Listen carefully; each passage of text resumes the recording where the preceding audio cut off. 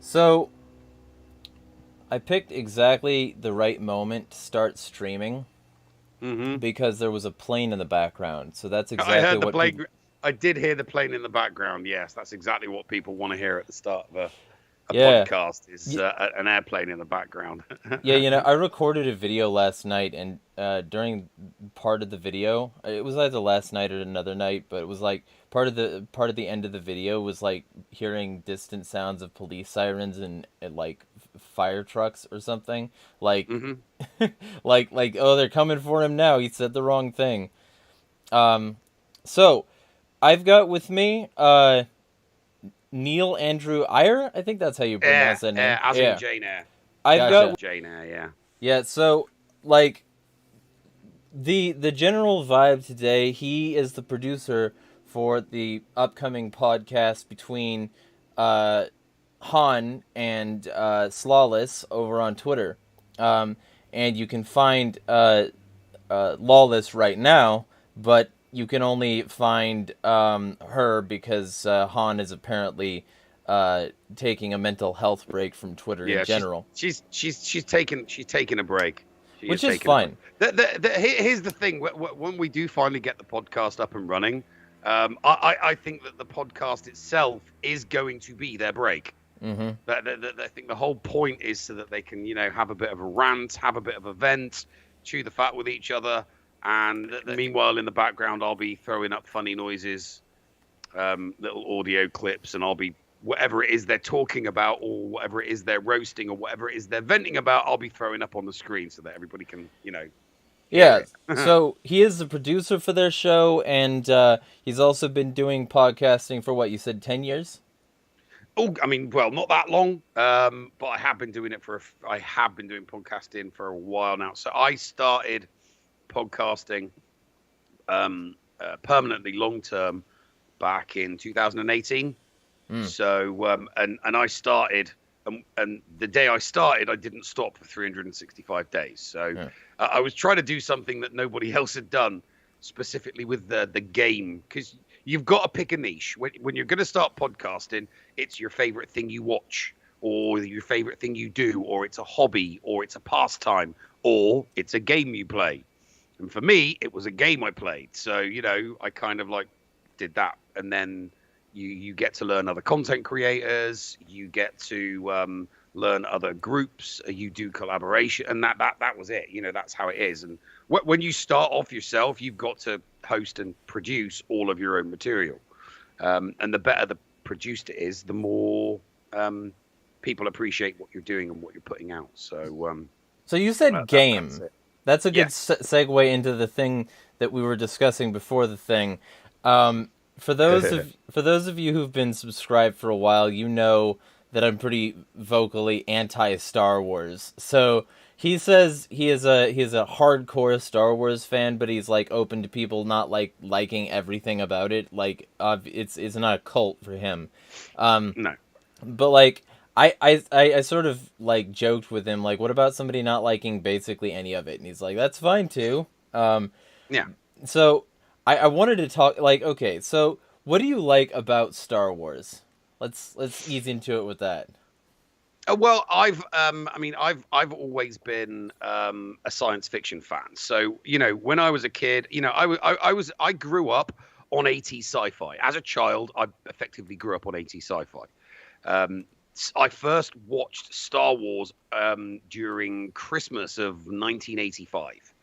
And when you're 7 years old, and you see something because let's be honest, that there wasn't a lot of good science fiction around at the time, space fighting, stuff like that, lasers and spaceships and stuff. There wasn't a lot of good stuff around except for Star Wars. Star Wars became, from a cinematography, musically, John Williams doing the music, really, really important people doing all of the editing, doing all of the cinematography. Yeah, So the music was visually, great, but so the music is visually, also good on its own. So exactly, visually and audially, you're getting both barrels. And when you're a kid, it's just like, wow, the spaceship's flying and there's laser swords and there's a hero and then there's a heroine and then there's kind of like a surly guy in the back. So to me, it just appealed. Yeah. because I liked science fiction. So, and that was it from then on. Now, obviously, we only had 3 movies, and to be a Star Wars kind of like hardcore Star Wars fan, you're kind of there's got to be something else there. So for me, it was the books and the comics. So in the late 80s, early 90s, I got back into, I got into the comic books. I was hitting my teens, and I would have a little bit of disposable income of my own. So I like to read. So there was no movies, there was no TV shows, no nothing. So I started reading other books, and that, I've got a bookshelf with, over 100 titles on it. So really, and here's the thing: not every single book's good. There are some absolute stinkers out there. There are some absolute stinkers out there, but there's some really, really good ones, some excellent stories. Good versus evil and all of that. And it's just a very, very simple, especially with the books, you just get really good. Here's Luke and Leia and Han, they're the heroes, and there's a heel in this, they're the baby face. There's a heel involved, and something bad happens, and then at the end of the story, all comes good. And that's what I like a good story. I enjoy a good story, and Star Wars provides me with a lot of good story. Not everyone didn't like the sequel trilogy movies. I haven't even I'm a Star Wars fan. I refer to myself as a hardcore Star Wars fan, and I have not watched Kenobi, and that's a TV show. I haven't watched it, and I will not watch it. I flat out refuse to watch it. And whenever friends ask me why I refuse to watch it, my response is I don't want to have an opinion of it. I don't want to have an opinion on this show, because half of you are going to say it's the best thing since sliced bread, and the other half are going to say it sucks. And I've no interest in getting involved in that argument whatsoever. So I'm just not going to engage. So I haven't watched it. But I am watching the current new one. Well, I was looking forward to that. To me, okay, so here's the thing. So what's Star Wars to you? It's space wizards. That's exactly what it is. Yes, it is. It's space wizards. So it's not sci-fi as far as I'm concerned. It is space fantasy, because none of it makes sense from a scientific perspective. There's so much of it that doesn't make sense from like a military perspective either, like in terms of how troop management works. In order to move the plot, they've got the plot armor of the stormtroopers are really bad at shooting guns. Like there's just so many things like that move it along by other means than having something good. And for me, it's the fact that so many people just like parrot the philosophy of it, like that's a reasonable or good thing to, only Sith deal in absolutes. That's an absolute. There's not just. It's not just. It's not just Jedi and Sith and Grey Jedi though. You've got unaligned Force. There are at least 4 people that you could say are in 4 different factions when it comes to Force sensitivity. You've got the Jedi Order, who are a morally and ethically corrupt organization. Then you've got the Sith, who are just pure evil. Right, you've got Grey Jedi, which are somewhere kind of in the middle. It's like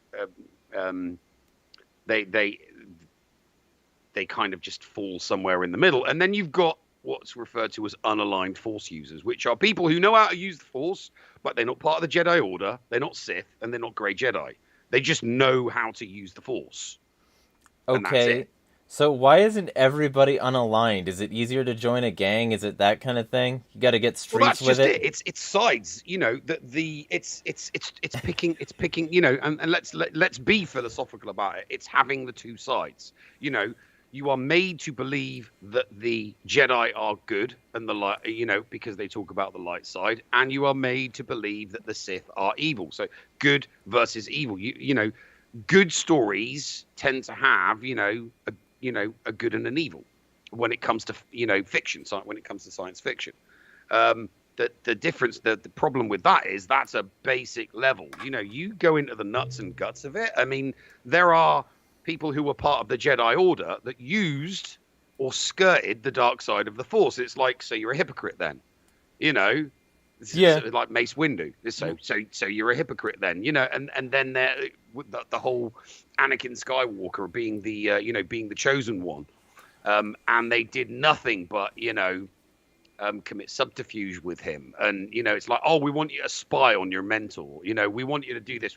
I mean, whether he's bad or not, they constantly wanted to put Anakin Skywalker in difficult positions that you'd look at and question and think, hang on a minute, you're getting a little bit ambiguous with your morals and your ethics here. If you think he's bad, just confront him yourself. Don't pussyfoot around. It's like, oh, we want you to spy on him. It's like, really? Is that what the Jedi orders come to? We want to spy on politicians, instead of just, fronting up to them, firing up the lightsabers. And it's like, look, we think you're an evil dude, and that's it, but no. So I get you. There are lots of, it's not all black and white, but it just seems like it undercuts the long-term premise. I could be overthinking it. I will fully admit that. The thing is, here's the thing: as a Star Wars fan, the different eras produced different types of Star Wars. So you've got the original trilogy, then we got the prequels, during the late 90s, early thousands, and then we got the sequel trilogy, and it's 3 sets, and it's completely and utterly different. So you got the original; it's the establishing IP that everybody loved. Nobody knew what the end result was going to be. There were tweaks and changes made through the 3 movies. Not so with the prequels. George Lucas knew what every single episode was going to be and what it was going to do. Probably made it a little bit boring. And then back to the 3 movies we've just had, the sequel trilogy, and they didn't have a clue what they were doing, going from one movie to the next, and that's on the record, So Star Wars is only as good as the management team that's in control of it and pushing it in a direction. And I don't think it's being pushed in a fan-friendly direction at the moment. And I argue that all the time. There's a bigger divide. There's more, there is a bigger divide in Star Wars now than there used to be going forward. That's not to say that the people on both sides of the divide aren't fans. They're all fans in their own way. It's just, it seems to be more fractured at the moment than it has been in previous decades. Yeah, where Luke has to train in whatever the swamp of Dagobah or whatever thing it was, and he had to train for ever, and in order to get any sort of strength at all, using the Force. But this chick comes in, and I'm a woman, so she just has everything off. Yeah. Rey has been referred to on many, many occasions as a Mary Sue. Yeah. Yeah. There was no hero's journey. The struggle, the heartache of losing. Episode 7 did try to be a carbon copy of A New Hope in so many various different aspects, but it just had a bigger budget, so it looked and sounded better because of special effects and stuff like that. Don't get me wrong, I still watched it 3 times, but with each watch, it was like, yeah, I can do, I can live without watching it again. I have not watched any of them except the prequels and the original 3, and the more time I thought about it, the more I just hated it.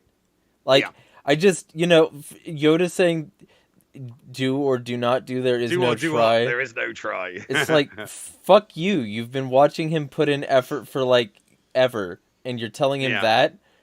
That's a bullshit way to think. That's an absolute as well, and it's a way to kill motivation in real life. I'm just trying. I'm not actually doing it. I should stop now. Yeah. I feel like it's a bad philosophy with sort of bad premises that carries over into trying to find ways to make that interesting in the future, and in the process sort of undercutting everything about it gradually, until it becomes a husk of everything it already wasn't. Yeah. And the movies do see, that's one of the reasons why I like the books and the comics so much. The books more so than the comics and the graphic novels, because the books started in the very early 90s, and there were some really, really good authors out there writing these stuff, and it's okay, so this is where the current timeline is. So this is where your main characters are in the Star Wars timeline, and you would just take your cue. That the authors would take their cue from whoever wrote the previous book, because that's all that was happening. It was just a bunch of authors, and it's like, right, I'm going to write it in this time and this time and this, and they all linked up. So as long as something wasn't too bad was going to happen, then things went along. I mean, don't get me wrong, things went completely and utterly nuts during the Yuuzhan Vong era. I mean, that's a 15 book series. That is a massive book series. But you had main characters getting slotted off in that left, right. It was the Red Wedding before the Red Wedding, because the very first book of that series was a book called Vector Prime, written by an author called Salvatore. And right in book one, spoiler alert, Chewbacca dies.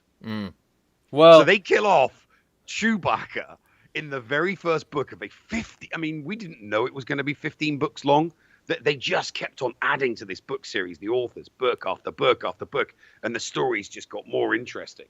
And then about halfway through the series, it's like, oh, okay, here we go. And this was something that they had to get permission from George Lucas. The author had to, sit down. It's like, we want to kill one of the kids, because at the time, Han and Leia had 3 kids, twins, Jaina and Jason, who were like, I think they were like 17 or 18, maybe even 19 or 20 at the time.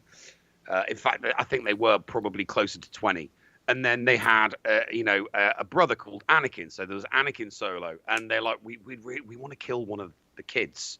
We want to write them off, in a blaze of glory type thing. Can we, which one of the twins? And Lucas was like, no, it's not going to happen. You're not breaking up the twins. I'll let you kill off Anakin. So this 16-year-old kid who's fighting in the war, and when you think about it, when you say that out loud, it's like there was like these young Jedi kids, young Jedi teenagers, having to defend literally their home planets and their galaxies, because this wasn't something that came from within. This was aliens from without. So it changed the entire whole. Star Wars up to that point was.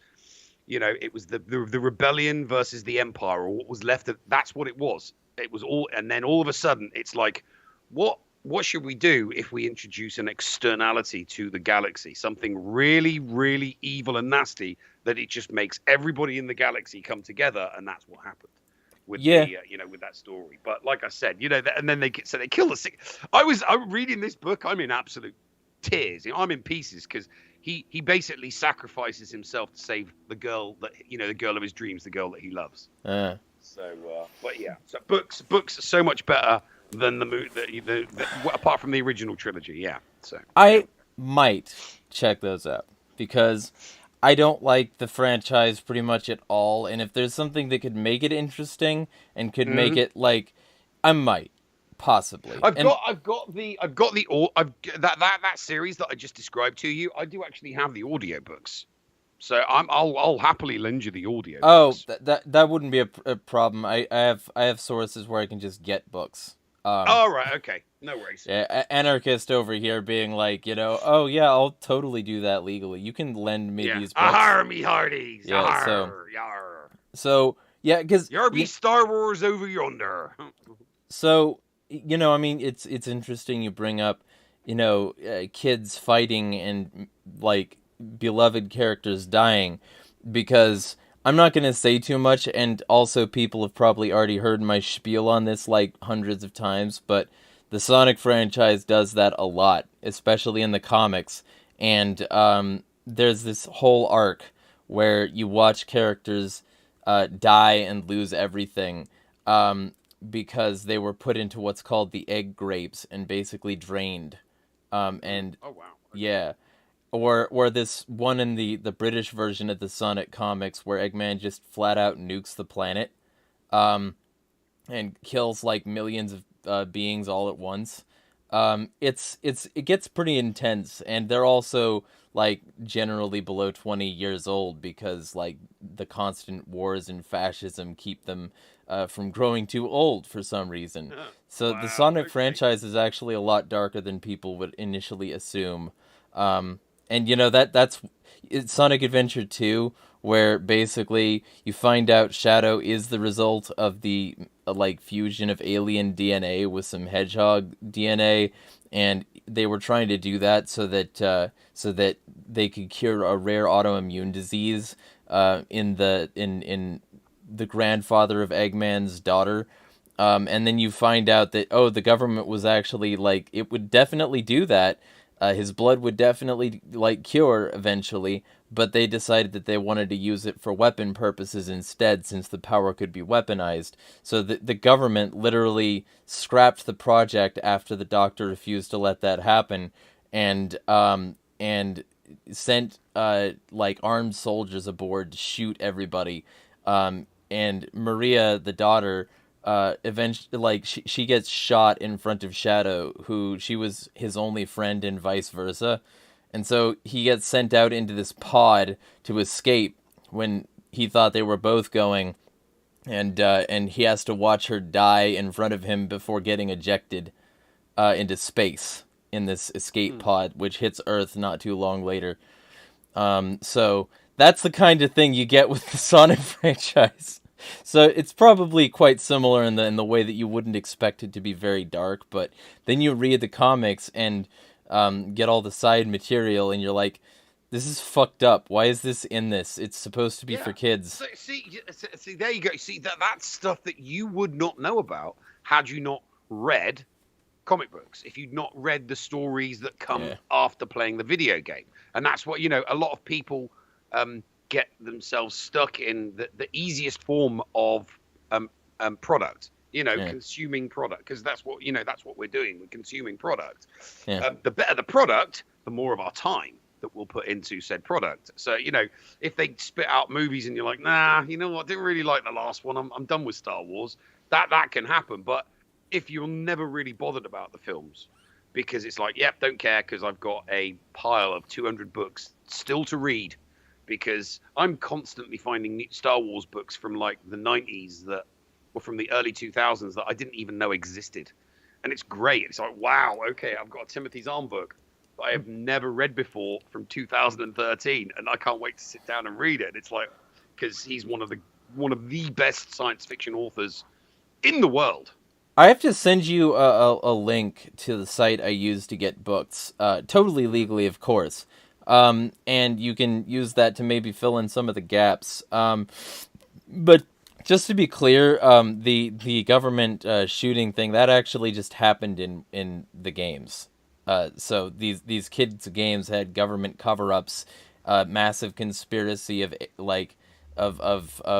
the military industrial complex trying to weaponize something that could be used for peace and healing.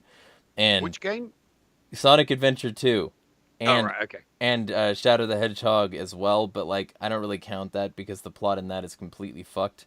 So if I can't follow the plot line concretely, I don't consider that like canon. Like, and the branching plot lines in that game did not work for a series, So I don't really count that, but like either it happened in Adventure 2, and like the whole time Shadow was trying to remember his purpose because he had amnesia from being jettisoned without a seatbelt in an escape pod to Earth, just sort of like slammed into the ground and got a concussion and lost some of his memory. So he had to get it back, and that was part of the game, is like him realizing what his real purpose was. Spoiler alert to anybody who hasn't played this game from before 2000, but like, that's what that was, and it's always been that way. It's always been like a struggle against fascism and the forces of industrial technology and shit like that. And the reason I bring all of this up is because I think it's an interesting sort of segue into the anarchist aspect, especially from a science fiction element of it. Because I don't know how familiar you are with agorism specifically, but Samuel Edward Konkin III, the guy who wrote the New Libertarian Manifesto, he literally like got his initial start running what he called the free fanzine, where he would take sci-fi submissions because he thought that these zines could help expose people to a whole fictional world with ideas that trended libertarian that they wouldn't get anywhere else. And Hmm. That was one of the reasons he was basically the only guy to get like interviews around the time it started to be distributed for The Moon is a Harsh Mistress Mhm. by Heinlein, because Heinlein thought this guy gets it and he's not mainstream. I'm not going to get a good reception from the mainstream, so fuck him. I'm not going to sell out. And so he gave Conkin an interview, and you know that like I feel like fiction is a good way to seg people into anarchist ideas. Now, Oh, I think it is. yeah, I 100% totally agree. If that's one of the reasons why now, as an adult, I probably, now as an adult, I appreciate the science fiction genre more, yeah, but for completely other reasons than normal people. Because I look in, I look in, and every now and then it does happen. For a perfect example would be there's a planet in the TV show The Mandalorian.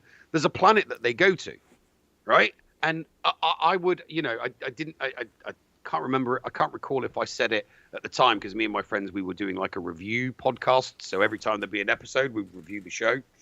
But one of the planets that it was on, I'm like, it's anarchy. It's pure anarchy, right? Literally. So he's on there. He's just trying to lay low, and he ends up being hired as a hired gun to protect a village, just a simple farming, just a group of people going about their business. No one's in charge of them. They're just fishing for blue shrimp, living out their lives. They seem to be quite happy and quite content.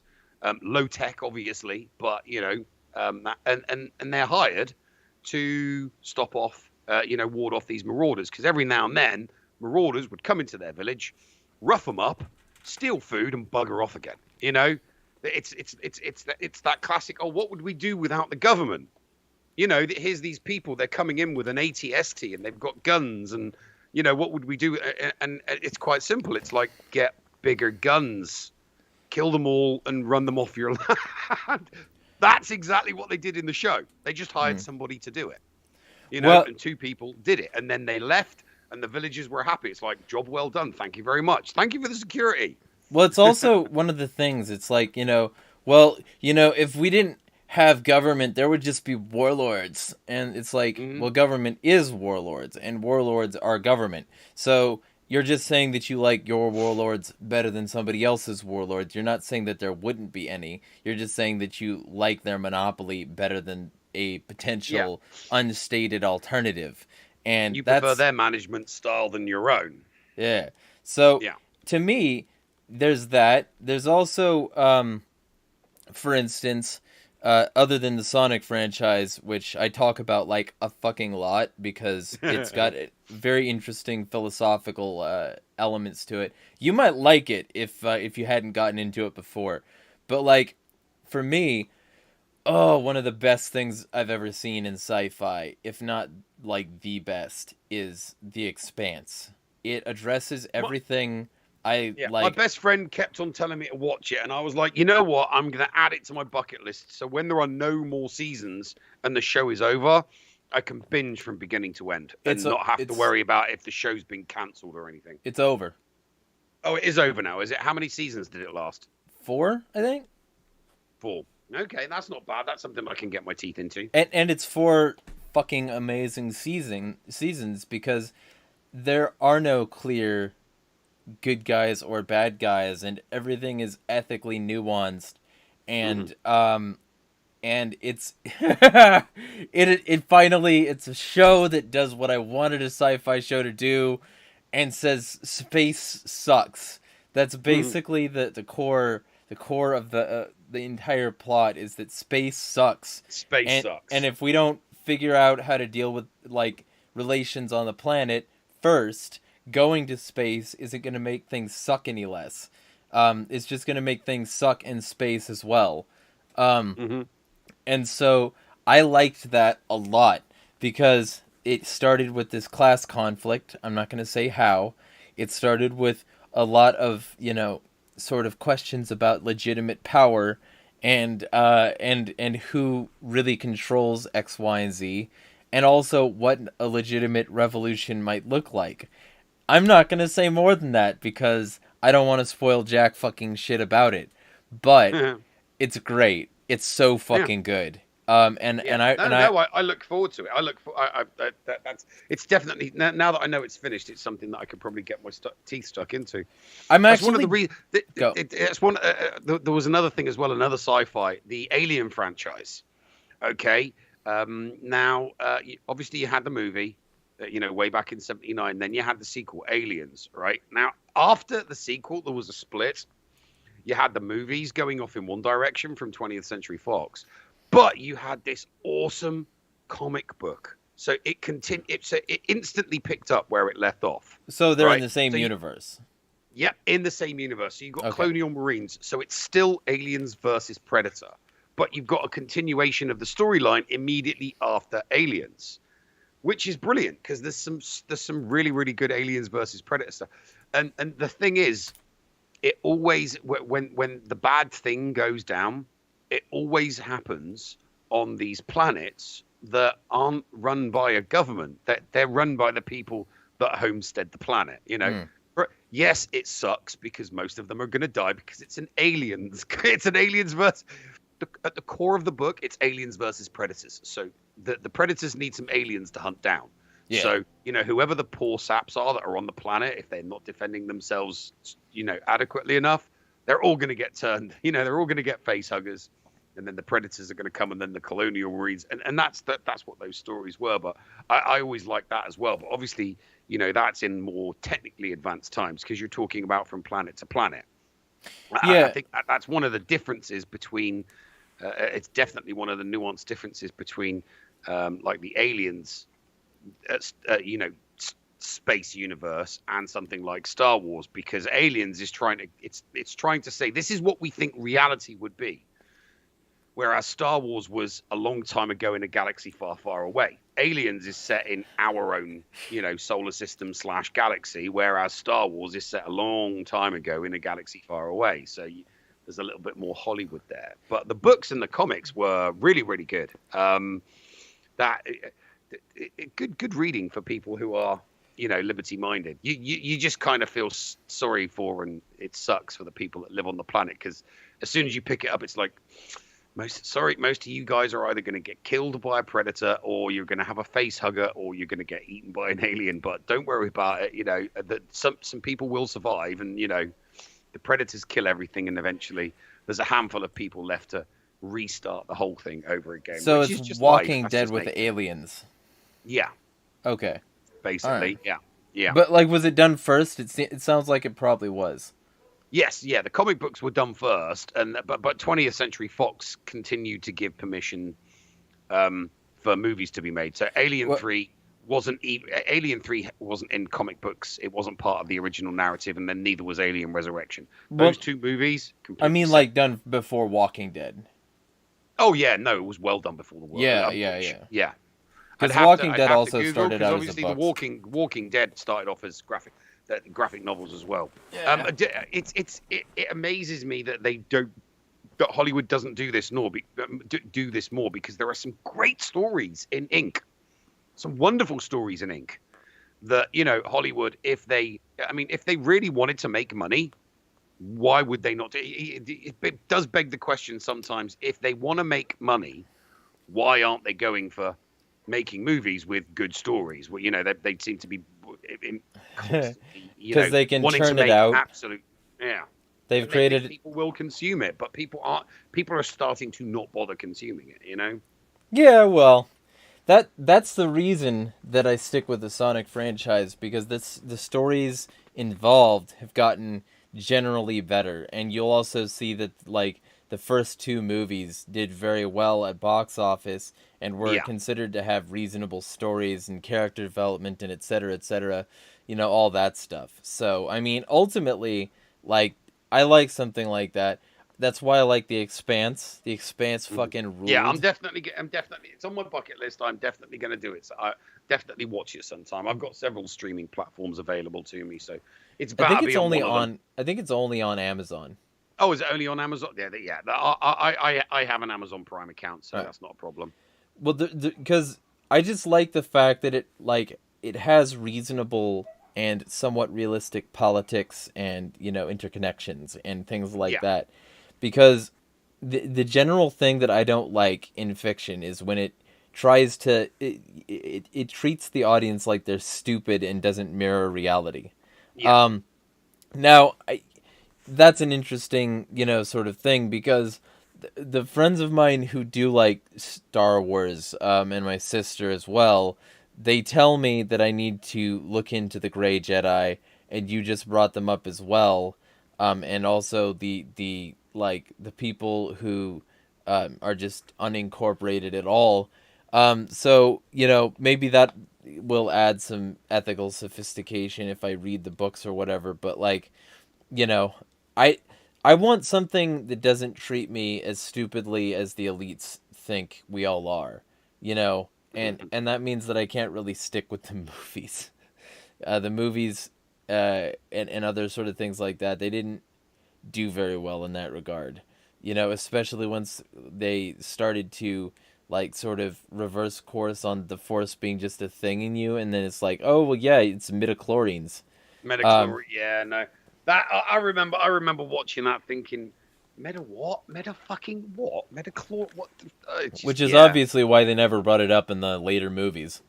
They Yeah. just stopped talking about it. Just stop talking about it. Yeah. It was like on fleek. You know how people were saying that a while back, and now they're not. It's like that, only about a fundamental element of global and universal power. Hmm. They would just it's not important. We'll just stop talking about it and let it happen. And then bring it up Yeah. later. Well, And we won't bring it up in movies ever again. Yeah. Well, until they did, didn't they start bringing it up again in the newer ones? Um. I can't. To be honest with you, I can't remember. I watched episode 7 3 times. I watched episode 8 twice, and I've watched episode 9 twice. I've only and was it episode. So I watched each of them once in the cinema, and I've watched each of them once on the streaming platform. But I have watched The Force Awakens twice on a streaming platform. Yeah. The others I've watched countless times. I've lost count how many times I've watched the other movies. But those three, I don't like any of them at all. I don't enjoy them. It's probably why I didn't watch Kenobi, and I won't watch Kenobi because I don't need to know what he did. I just don't care about it anymore. I used to when I was real young. I had light up Darth Vader shoes when I was really young, but yeah. but no, I'm good now. And also, I hate the Mandalorian exclusively because of Baby Yoda. I want to kick it off a bridge into a truck. It's so annoying how that was everywhere and all the time, even though the character did essentially nothing. I don't want to watch a thing that centers around such poor plot devices and, obvious pandering gimmicky, it's basically an Ewok, but less useful. Good for us. We got it. Did it again. Baby Yoda will be Baby Yoda's development. Yeah, Grogu's development is going to be very, very interesting. Because I think at some point they're going to put a growth spurt or something in there, because he desperately needs the power of speech. I mean, for a 50-year-old being, they need to start moving things along. Because that Baby Yoda, that Grogu character, he is going to be an unaligned Force user. He's going to be neither light nor dark. He is going to be on the line right between the two. So every now and then he'll do good stuff, but every now and then you're also going to see him do some dodgy stuff. I mean, he has done some dodgy stuff. He used the Force to steal biscuits from a kid in that was sat next to him in the class. That's not a very light-sided thing to do. Well, all I'm gonna say is that's the kind of thing that breaks immersion, because I didn't even know about the fact that he's 50, and now I hate it more. No, you didn't realize that he's 50 years. Yeah, Baby Yoda is 50 years old. That sucks so much ass. That's evolutionarily bereft. He would have been eaten. His entire genetic line wouldn't have gotten to that point because they would have had to foster for 50 fucking years. Are you kidding? Mm-hmm. Yeah. No. The species lives for like 900 years. Yeah, but that doesn't mean it has to be fucking stupid for 50 of them. What? I know. That's why That's why there needs. I mean, he has had some. He has received some Jedi training from Luke Skywalker. So he can jump around a little bit now, and he's got a little bit more control. But he still acts like a kid. He still acts like a very small child. Yeah. Which you just wouldn't think for a 50-year-old alien, But Yeah. hey, what are you gonna do? Yeah, well, I don't know. For my alien species, I'll just stick with like the Zorda or whatever from Sonic. That'll be or Black Arms or whatever. That'll be fine for me. Like I will check out the books. You throw me some titles and I'll see if I can find them on my services. Yeah. But the general vibe though, like, and the reason I think you were interested in coming on was not specifically to talk Star Wars, although we could probably do that forever. Yeah, more than likely, yeah. Yeah, because my audience, like, they don't hear a lot about Star Wars from me for some reason. So I figure that, yeah, I figure that's an interesting conversation to have anyway. But so this podcast that you're going to be producing, you said you wanted to elaborate on what it's going to be. Yeah, well, Harley and I have already kind of like done it. We did a podcast for about 6 months, week after week, and then it got harder, and it eventually petered out. We tried to bring it back for a second season, but time constraints just stopped it, and we've kind of like just been floating. And then Harley came to me and said, "Oh, do you know this person on Twitter called Law?" I'm like, "Yeah, I follow them on Twitter as well. I see what they tweet." And she's like, "Yeah, well, we're going to do we want to do a podcast together, where we can like rant and rage about various different things that we see and we hear, whether it's current events or whether it's memes or anything really, anything that." A couple of anarchist girls want to do, and I'm like, well, if you seriously want to do something like that, well, I'd be happy to produce it. I'll be the your AV guy, your person pushing the buttons, your Jamie to your Joe Rogan, because that's basically what I'm going to do. I'm just going to be in the background. My face isn't going to be on the screen. It's just going to be theirs. You might hear me in the background every now and then. If they ask me a question, or if they ask me to bring something up for them, or if I need to mansplain something to them, because there's always the opportunity to mansplain to anarchist chicks. I also hate that phrase personally. I don't like the idea that anybody shouldn't be involved in a discussion because they are males. Mansplaining to me has always been a cop-out way to avoid a discussion with somebody on the grounds of their sex. Yeah. No. That's exactly what it. No, that's exactly what it is. It's a cop-out. It's like saying, I'm not this, but, or I don't like that, but, or I really really like that, but it's literally like that. So. Yeah, and you're mansplaining. It's like, so you don't like my explanation, so you're going to immediately discount it on the basis of my sex. Well, aren't you, a sexist bitch? Piss off. Yeah, well, also, and so it's just like you can just attach the word man to something, like man spreading. I'm going to ignore bone growth and development and act like we're shaped the same and should sit the same. Yeah. Nah, I'm good. Nah, bruh. Nah.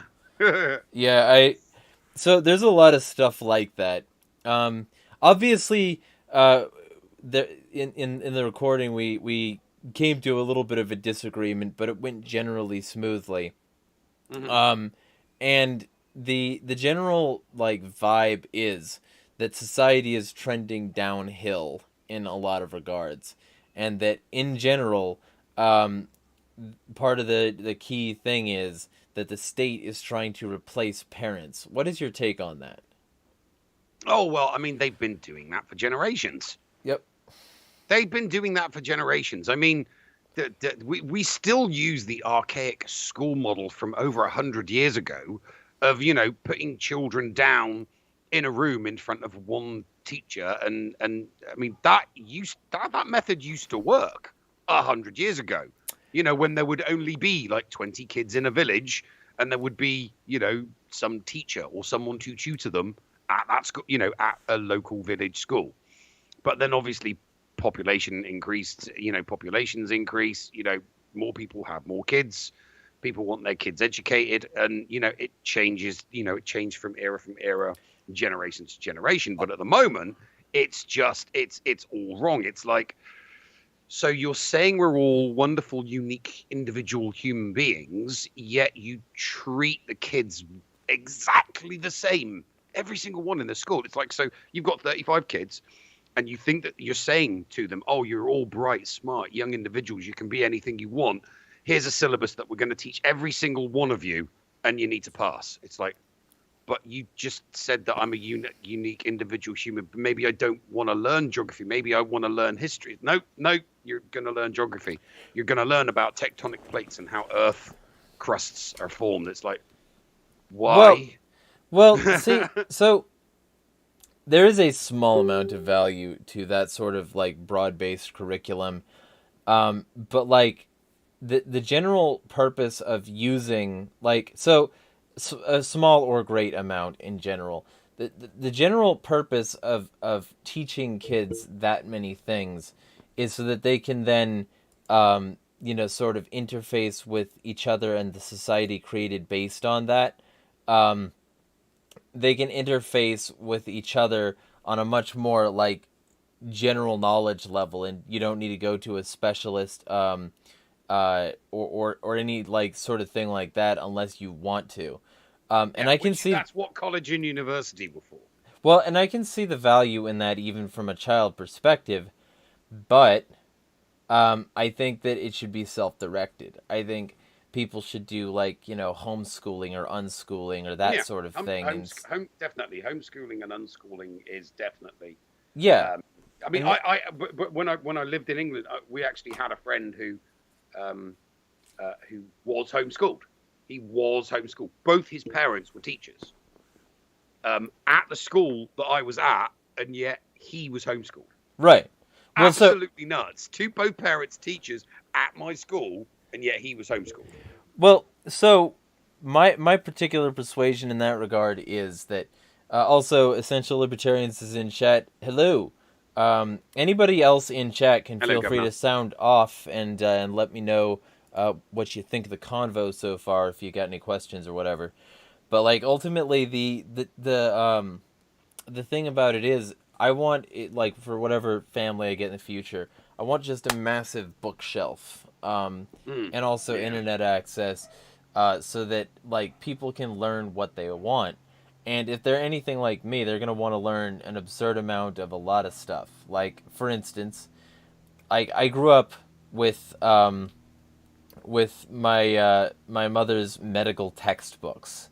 And my mother's medical textbooks helped me understand a shit ton, because basically, and like, I was sort of fashy a little bit because of this, but then I switched hard libertarian once she exposed me to it. She's the reason I am, even though she would never like me to say that again. And I'm going to repeatedly say it a lot because of that. But basically, she showed me the libertarian stuff. This was after like finding out that a significant amount of public life was spent ignoring basic medical facts. Like, you don't want to hyper stress people. You don't want to give them too many carbs. You don't want to expose them to X, Y, and Z chemicals. You don't want to give their bodies certain stimuli. And then I realized, hey, my school system and society in general does all this stuff all the time. This is fucked up and evil. And so, like, that sort of thing. And then, of course, like, all of that helped me, like, form a good enough immune system that I kicked the coof out relatively quickly recently. Like, I didn't need any jabs or that sort of thing. And ultimately, I knew that I didn't because, like, I already had all the medical knowledge I needed to avoid grave illness. So it's Hmm. sort of like, if people were more self-directed with their learning, I think there would be a lot of stuff that's a lot better off, and that's my tactic, but they don't want that in school because they want to tell you that you're all the same so that when they give you the same curriculum for all of you, it can then make you feel like you're a part of a unit. It's all part of that Prussian style, like Pavlovian MK Ultra kind of schooling thing where we're going to use groupthink to force people onto the same program as one another. So that's as far as I can tell. Hmm. Yeah, well, I mean, the whole school thing, it's just an outdated, outmoded method. I mean, what is it? A central libertarian says abolish the public school system. I wouldn't abolish it, but it definitely needs to be it needs to be I evolved into something the opposite of what it is now. I would abolish the Department of Education for sure. Oh God, yeah, no, that's an easy one. But That's that literally is an easy one. yeah, But I think the that's what he means. infrastructure, there's some really, really good, solid infrastructure in place. It's just being managed and run by the wrong people. Oh, okay. This is actually an interesting question then, and it's one that I ask occasionally because I'm an asshole and I needle people about things. But you Hmm. identify your ANCAP territory, and Voluntarist, 100% pure voluntarist. All okay. interaction should be voluntary. All right. So, how's this hit you? Eliminate 92% of student loans tomorrow. Nope. Okay, 92% of student loans are funding the Department of Education. So if we abolish the Department of Education, those loans would go poof, and we would have 1.2 trillion dollars motile in the economy that we're held up in debt before. Sorry, say Hey, that again. So, not, so the debt, yeah, but it's debt. It's not actual. It's it's not. debt to the government. It's a debt to the government. The government has to pay those those loans that were and should have been private. But They're why? basically extending collateral for it. It's like we'll vouch for these loans But what? if, and But why that's should if they they were to continue to write them be up. paid? That's the Well, question. no, they shouldn't. All right, cool. So That's just it. They shouldn't. I did a what's called a Prince 2 course back when I was in England.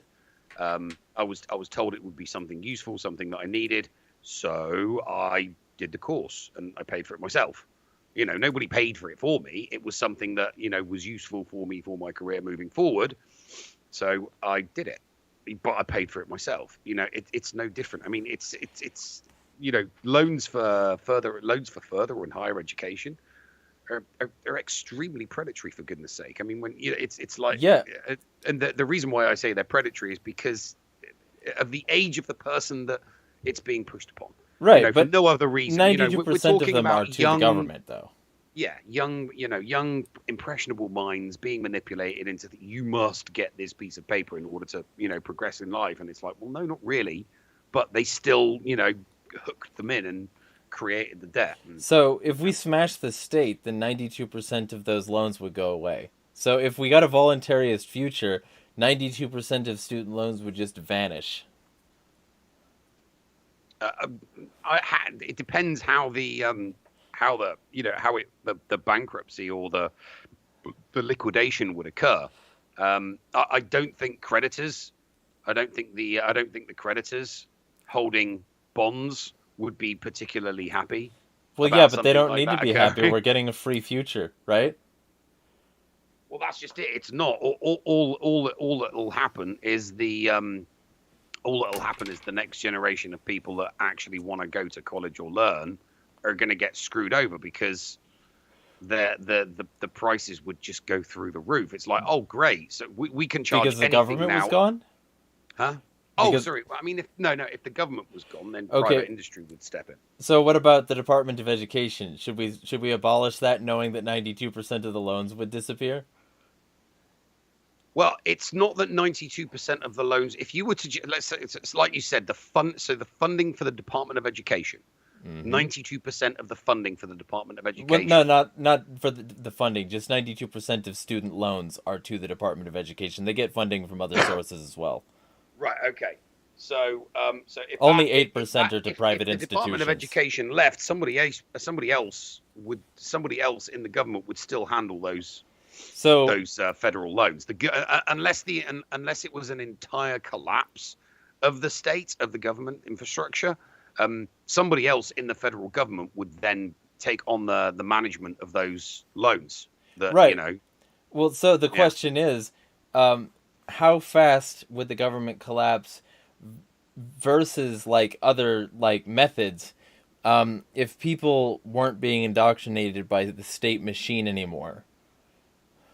Oh, hundreds of years. Okay, so if they are, Multiple generations. so Multiple generations. how fast is You it could going to collapse without that? even longer. Right. So we would be getting rid of like the student loans a lot faster, and like if this department collapsed and people were still capable of having like education or having some sort of knowledge framework, I would say that that could be used as an argument for abolishing the rest of government, and we could sort of pick away at the institutions until there were none left, if that was even possible, like some hypothetical fantasy world. Here's the thing. It's possible. You just need a sufficient number of people in positions of power with the will to want to do it. Well, I don't even think it's possible. I'm just being completely hypothetical. It is no. I mean, and I'm being hypothetical. It is Yeah. 100% legitimately possible. You just need the people in the necessary people in place to say, yeah, no. So the Like, question is, okay, I ran in 2002, but before I left the UK to come here, I ran as an anarchist in my cool. local general election, and they're like, "But you don't want to do anything," and I'm like, "So what are you going to do when you get if what are you going to do if you win?" And I'm going to say no. I'm going to vote Mm-hmm. no on every single bill. It's like, well, does it matter? No, that doesn't matter. As soon as there is a vote on anything in the House of Parliament, I go in, I say no. Simple as that. It's like, oh, well, what if it's to repeal something? And well, if it's to repeal something, well, then obviously I'm going to vote yes, because it's giving power back, but that's it. And they're like, what about certain? I'm not going to do anything. I'm literally not going to do anything for 5 years except turn up and vote no on increases in the size of government and vote yes on decreases. And that was it. That was it. If you had enough people enough principled people in positions of authority to be able to implement something like that, it's totally doable. So it really, really is. The question is, in this hypothetical situation where we abolish the Department of Education, if you had the sort of choice as to where it goes, where would you put the 92% of student loans? Which Anywhere. Right. I wouldn't put it anywhere. It's not anyone else's money to spend. Right. It would be a case of it would be a simple case of you got screwed over, so we're gonna give the principal back to the person that borrowed it, and it's like, right, okay, so who was your actual loan? Them, right? Give them their money back. And that's it. So everybody gets their money back. How would story? How would you? Because they're to the government, so the government stole the money from from future, not current, but future taxpayers by adding to the public debt.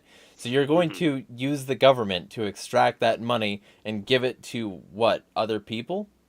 No, you could just use that. You could use that to clear more public debt. I mean, obviously that then runs the risk of government agents then thinking, oh, we've just used this to clear some debt. Let's go create some more. So, you could find yourself right back at square one 10 years later, because they've cleared a principal debt, got a bunch of money, used it to clear some up, used it to clear some more. And it's like, oh, so we're low. So let's go spend, because that's what they would do. That is what they would do. They wouldn't just be thinking, let's clear the debt. So so it's less burden on the taxpayer. They'll just be thinking, well, how can we leverage this to spend it on something else? Right, but that would be where the taxpayer, or the common person, especially the people with the loan, would be rightly sort of ripe for revolt, because they would be saying, I don't have a Department of Education being funded by these loans. My college collapsed because it was supported by the Department of Education. My kids don't have a school to go to. Why am I paying the government? Yeah. So they would go away because there People would be a just stop. revolt. There have been instances like there have been instances of this. I lived in the UK during the early 90s, and the Conservative government at the time tried to come up with something, a new form of tax. Basically, they came up with a tax, and it was referred to as the poll tax. It was the most unpopular thing done in the United Kingdom ever. It cost the Prime Minister a job, and the government later, lost the general election later on. But it happened in 1991, and the entire population protested by not paying it. At one point, there were 10 million people in a population of 65. So that's 10 million people out of a population of 65 million people were flat out refusing to pay the council tax. Right. The magistrates and the police were completely and utterly overloaded, because obviously it was the local courts and the local magistrates that would deal with non-payment of that tax. And basically the majority of the magistrates were like, well, look, we cannot waste any more time on this, because we are literally having to deal with millions of people not doing it. What happened? The leader of the party quit. A new one, and all of the people that were coming up to say, we'll be the new one, all said, we'll abolish it. We'll get rid of it. When I become the leader, I will abolish. And the second that John Major came in, within the first week of him being the prime minister, poll tax gone. So that was a protest by 10 plus million. That was the entire population saying, no, we're not going to pay. You can say you're going to tax, but if we don't pay it, how are you going to get it? Well, so and they didn't have an infrastructure in place to be able to extract the funds, so they had to get rid of it in the end. So that's the ultimate thing that I think would happen if they got rid of the Department of Education. Because if they got rid of the Department of Education, the 92% of loans would have to vanish in order to avoid revolt. And it's the government specifically, so they wouldn't have to ask for permission from third parties to forgive these loans. They could just decide not to have them on the books anymore. They could expunge these loans just like Biden just did, with a tiny, tiny fraction of them. Like, that's the reason he could do that at all anyway. Well, I mean, the thing you got to remember is it's a federal level thing. And at a lot of state levels, nothing would happen. There would still be universities. People would still go to them. Funded by what? A lot of states would just pick up the slack. Right, because but there would be some states where there would only be a very small amount of slack, so a state could probably absorb the cost, and then you would have massive blue state. That you would have, some of these huge blue states that simply could not absorb the cost. And, that it would be just tough crap, tough titties to the people that, are going to those universities. We can't pay the teachers. We can't pay the janitors. We can't pay the cleaners. We cannot keep the facilities 100% functional. We've got no money. It shuts down. All of those teachers bugger off. But then, like I said, there are states that would be able to probably absorb that cost. But those states wouldn't carry the 92%. So they wouldn't. No, they wouldn't carry the 92%. They would just carry whatever. If it's a state that's got like maybe 4 or 5 universities and they're not ripping off their students, it would be easier for certain universities and colleges to absorb the costs. Right. And then they would just simply become private entities, and they would continue on from that. And then as they continued and as they grew, all of those ones in all of the states that shut down, it'd be like, right, well, if you're not using that building, we'll buy it off you for X amount of million, and we'll put our teachers in there.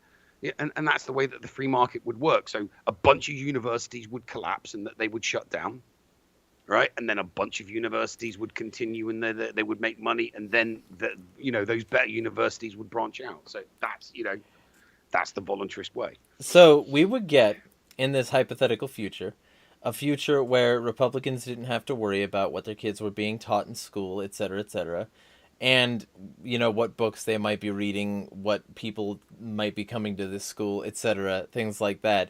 They wouldn't have to worry about that, and their Democrat counterparts would be able to alleviate 92% of student loans. I think that's a win-win. And also, they like people on the left, rightly have this critique of the public school system that it's training people into state capitalism. Which is a term Murray Rothbard used to describe the current order as well. So he's clearly on a similar page, at least in that regard. So, generally speaking, to me, this is a way for the common person, no matter what side they're on. I'm using air quotes since you can't see me. No matter I what. can see you. Yeah. I'm Oh, watching chat. yeah. Because you're watching on YouTube. Yeah. So, no matter what side you're on, you're gonna benefit from this sort of decision. I get so much shit from both sides anyway, and I just Yeah. think it's funny to bring this up because it's a good way to sort of like rustle jimmies, loosen things up, and also really get at the brass tacks of what's like fueling this institutional power. Because if if this issue, which is being used as fucking like human football, if this issue could just be solved by the government getting out of it, like 8% of student loans being left would be like, who fucking cares? Like, that can be paid off. That's manageable. Yeah. And the people who could afford private loans are typically not the kind of people who would get government loans, so they're not poor either. And that generally means that that you're going to end up with the poor people getting more upwardly mobile. We're going to get more small businesses, a growing middle class.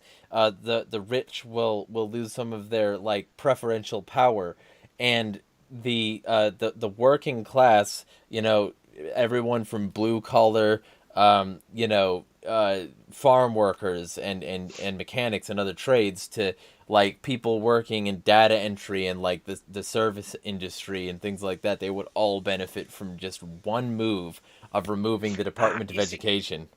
But the problem with that is it's too you're thinking about it too one-dimensionally. There are probably a multitude of externalities that need to be taken into consideration before before the government would even look into something like that. I'll give you one perfect example.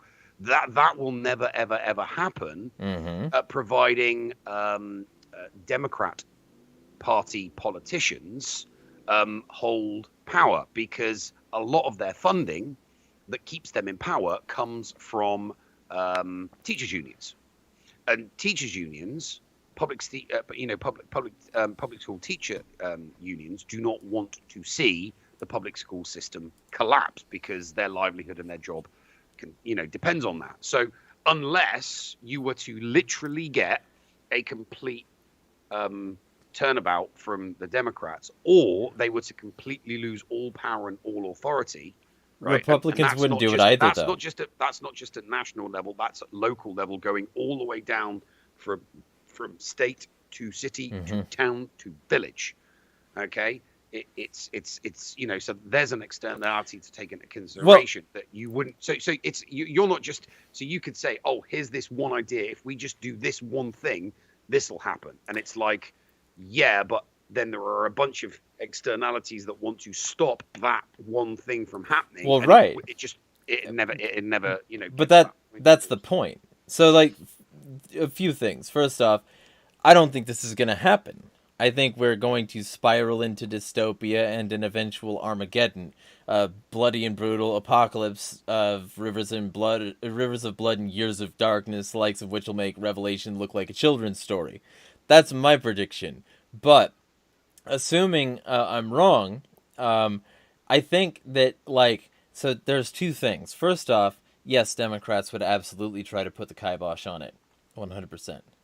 But so would Republicans, because Republicans. So would Republicans they would are, as well, but more Democrats than If I disagree. If it was all Republicans in power, then you'd have various different factions within the Republican Party, and a majority of them could be made to see the benefits of doing something like that. Where so you would get like rhinos, Republican in name only, that just want the establishment to continue, and they're do nothing. And then you've got the do nothing Republicans that say one thing but then literally do nothing. So yes, you would get a lot of pushback from people like that. But here's the thing, 100% without a like, doubt. there would be no Republican anywhere who would agree to this, and the reason they wouldn't is because when it came down to explaining to taxpayers why why all these student loans got forgiven, I have gotten more pushback for this from Republicans than Democrats, and the reason is because they're like, well, I pay back my loans. Why should you Yeah. be able to skirt on by? And it's like, well, because the system itself is fucked up and it's funding the people you claim to hate. And, maybe you should take the word of Malcolm X and, Well, no. not let your enemy educate your children. And they still don't like it. They should follow their own mantras, which is stop giving money to people who hate you. Mm-hmm. Isn't that something that Ben Shapiro says all the time? Stop giving money to people who hate you. It's but like, tell him to abolish the Department of Education, and he would object. Exactly, and it's like, but the Department of Education hates us. We don't want to fund it anymore. We want to shut it down. Yeah, but you need it. But you just said stop funding the groups and people that hate you. You admit openly that the Department of Education does not like me. Therefore, why would I want to? The difference between that discussion and that argument is at least you're having that argument with someone that you can have that argument with. Well, when you're doing it with someone that's on the left, it's a whole different ballgame. And but here's the thing: from a leftist perspective, I can get those guys fairly easily because I've read like a significant amount of leftist literature, and I'm relatively well versed in like sort of the communication style. I'm the whole bottom strip. I don't identify as any specific thing. I'm anarchist, and any sort of anarchist is okay by me. So that's my particular bias. But like, because of that, I've read a lot of things in terms of leftist literature. I'm writing a book on how all of them could work together currently. And one of the things that's interesting there is that leftism sees the education system, like any authentic and reasonable leftism, sees the education system as fundamentally propping up the existing state capitalist structure.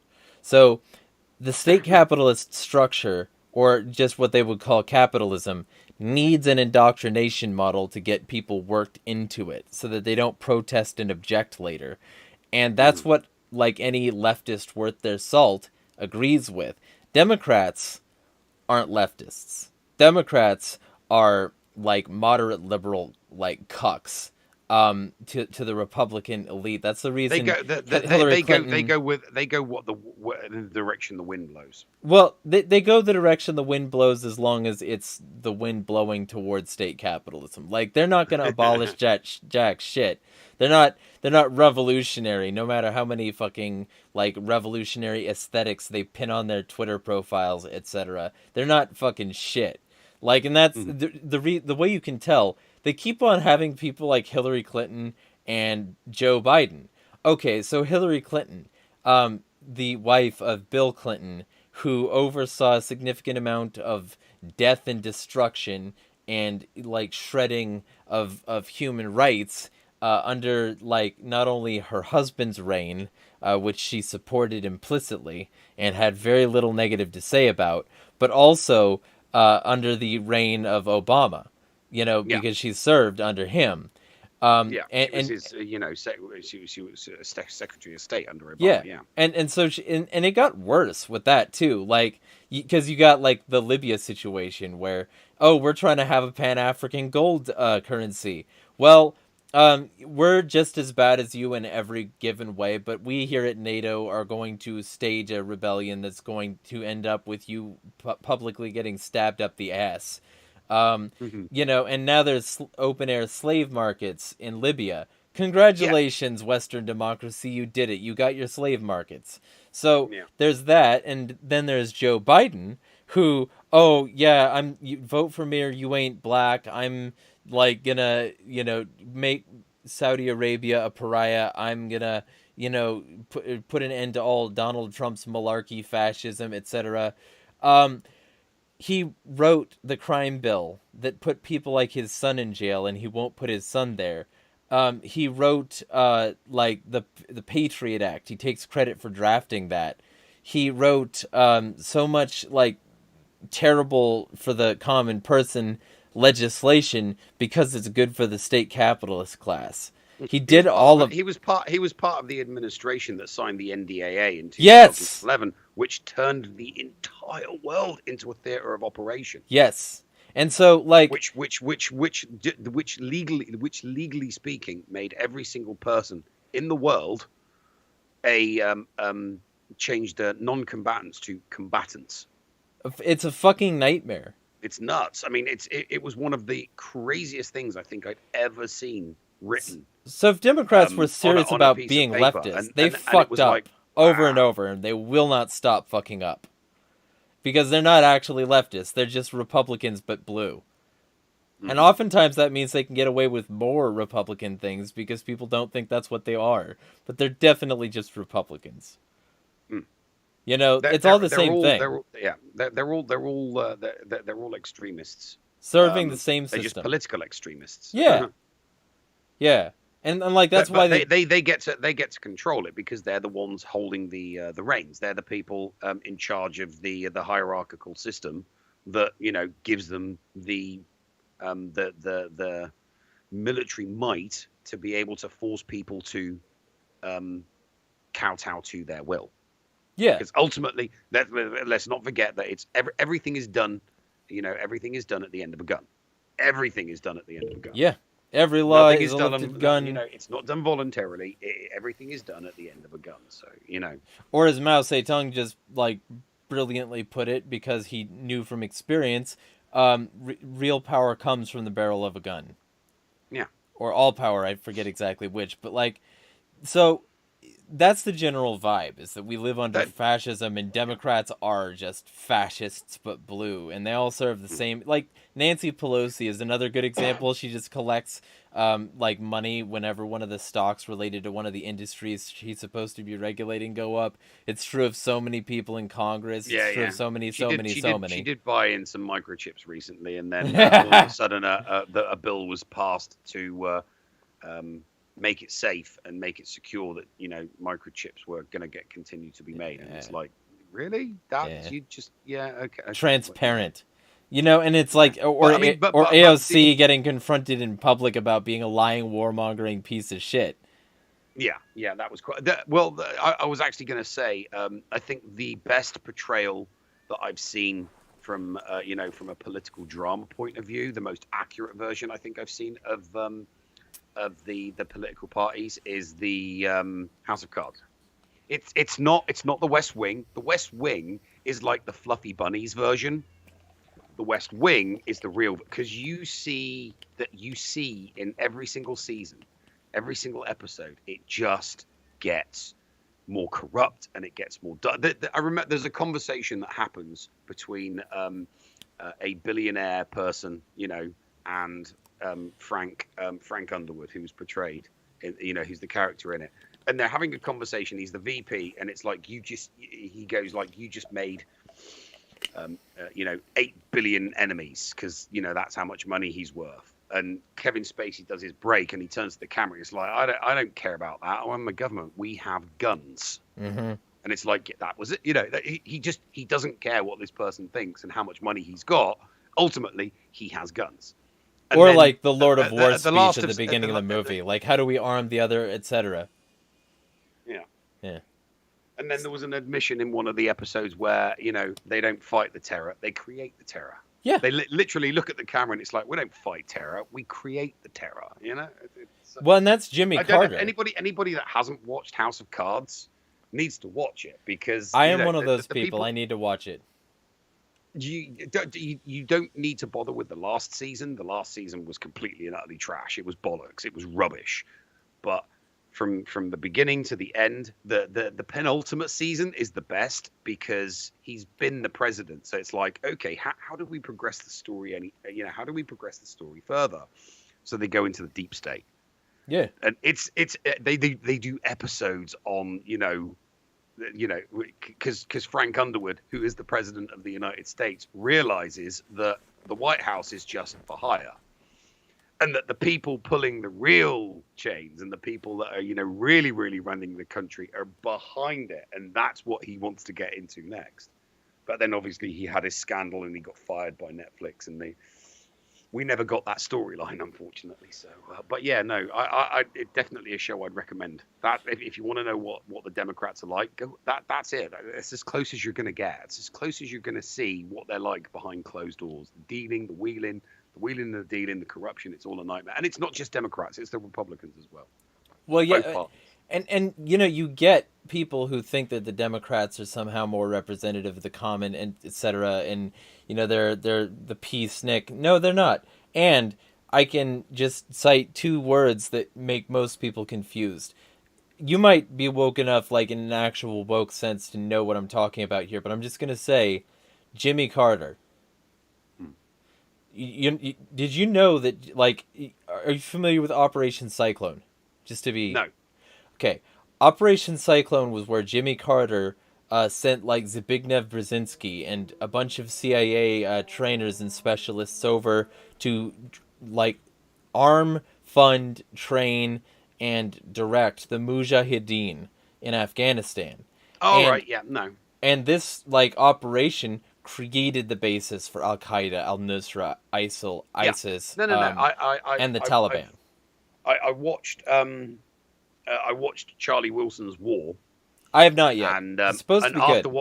Oh no, it's very, very good. I watched Charlie Wilson's War, and that, but by watching that, it takes you down, it takes you down a nice deep rabbit hole, because obviously it's a movie, and things get discussed in the movie and time periods, and it does lots of, you know, shows actual footage of the conflict between the Mujahideen and the Russians, but you hear names of various different people popping up and factions popping up and countries popping up, and you're like, I wonder if this happened, or is this Hollywood just being Hollywood?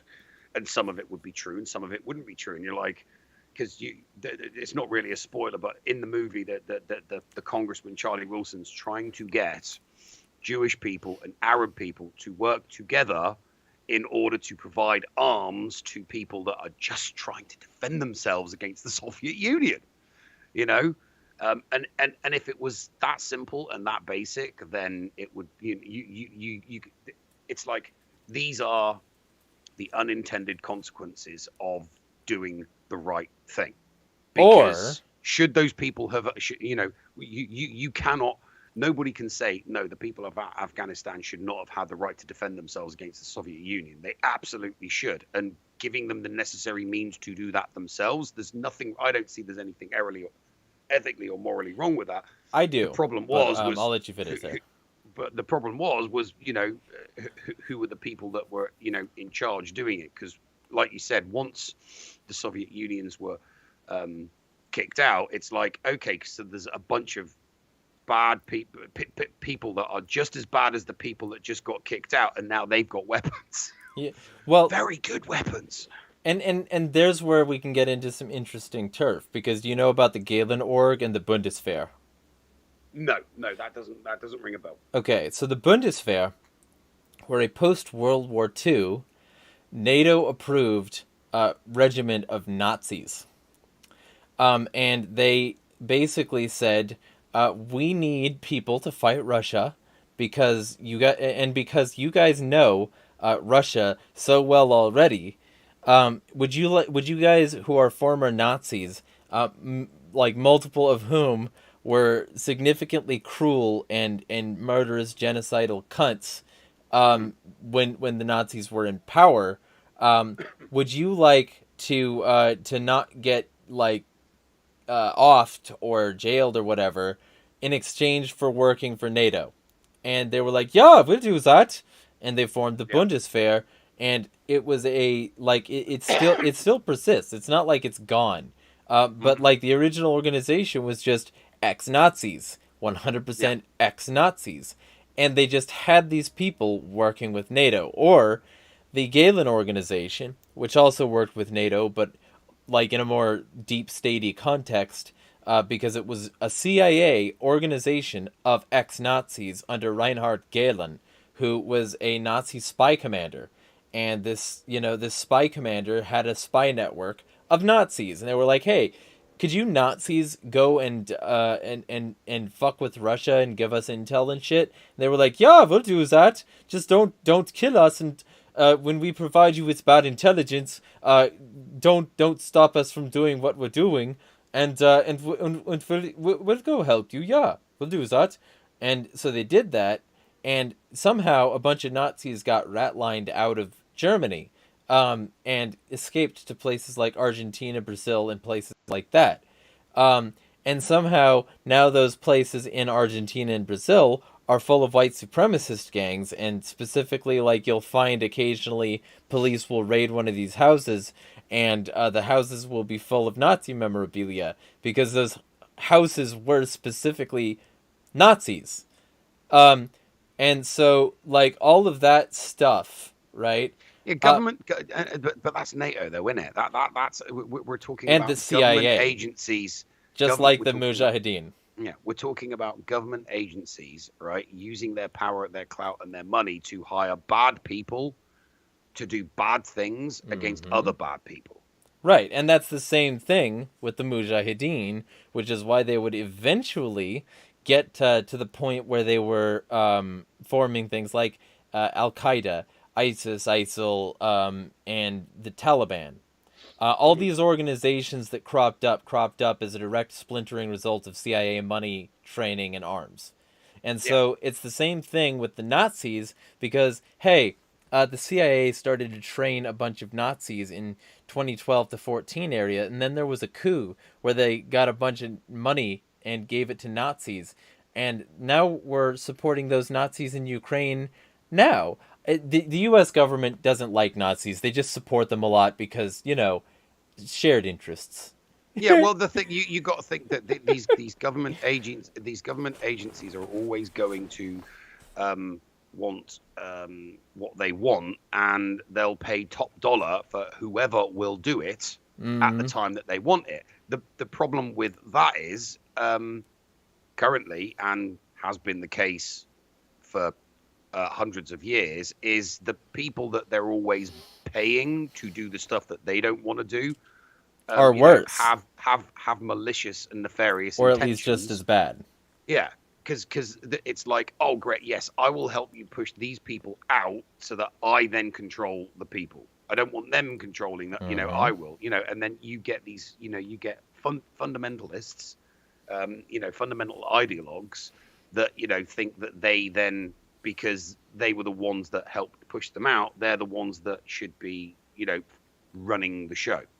Right. And it should the revolutionaries should never be the ones running the show. The revolutionaries should be the ones saying, right, okay, we've done it now, we've won, brilliant, okay, I'm going to go retire. That is if that's what they wanted. But that never happens. Because not when these governments get involved. Because these people were Nazis and Mujahideen. Yeah. Like unsavories. Yeah, so very, very unsavories. And then when the U.S. government does the same things that Russia is doing now in places like Iraq, Afghanistan, Libya, Syria, Somalia, Yemen, fucking just continue listing places that the U.S. has fucked up, Afghanistan especially. Just like when the U.S. does it, when the U.S. consistently bombs with footage that would make that would make the Russian stuff that's coming out every time they want to call Putin exclusively monstrous look very tame by comparison. When this footage kept on coming out for decades, people were like, "Oh yeah, that's just the U.S. doing the U.S. thing," and we'll protest occasionally. The drone strike program from the last 2 decades has been absolutely horrendous. It's probably killed hundreds of thousands. Yeah, hundreds of thousands of people. And over 1 million people died in Iraq. And that's just the scary part is a lot of that's just collateral damage. That's not direct killing. And the double and triple tap policy. Free Assange, by the way. Yeah, it's the unintended consequences of we'll blow up this power plant. Yeah. Okay, so what about the unintended consequences of blowing up? Well, they shouldn't have voted for their government. They didn't vote for their government. They're under the rule of an authoritarian dictator. Well, maybe they'll rise up and overthrow him. It's like, and how are they going to do that without power? So it's there are no positive consequences a lot of the time from state state-funded military interventions. Which I think But is like intentional. but like I say, but I think yeah, they need which an is enemy. but like I said before, I don't think there's anything morally or ethically wrong with two groups of people volunteering and helping, helping one another. I mean, the Magnificent Seven is one of my favorites. Keep It's one of my talking for classics. just a second. I just heard a noise. I gotta go check Yeah, out. sure. No worries. So, everybody out there in YouTube land. Yeah, that's one of the reasons why The Magnificent Seven is one of my most favorite movies. Because, that they couldn't deal with their problem. That they were being butchered, they were being harassed, they were being threatened. So they hired people because they didn't have the capabilities themselves to defend them. And in the end, it worked. So, yeah, I wonder wonder what that noise was. Who's in chat? Say hello. I'm all alone now. Is Harley there? Is Lawless there? They come to say hello. Bet they haven't come to say hello. Let's send them a message in chat, shall we? Come say hello.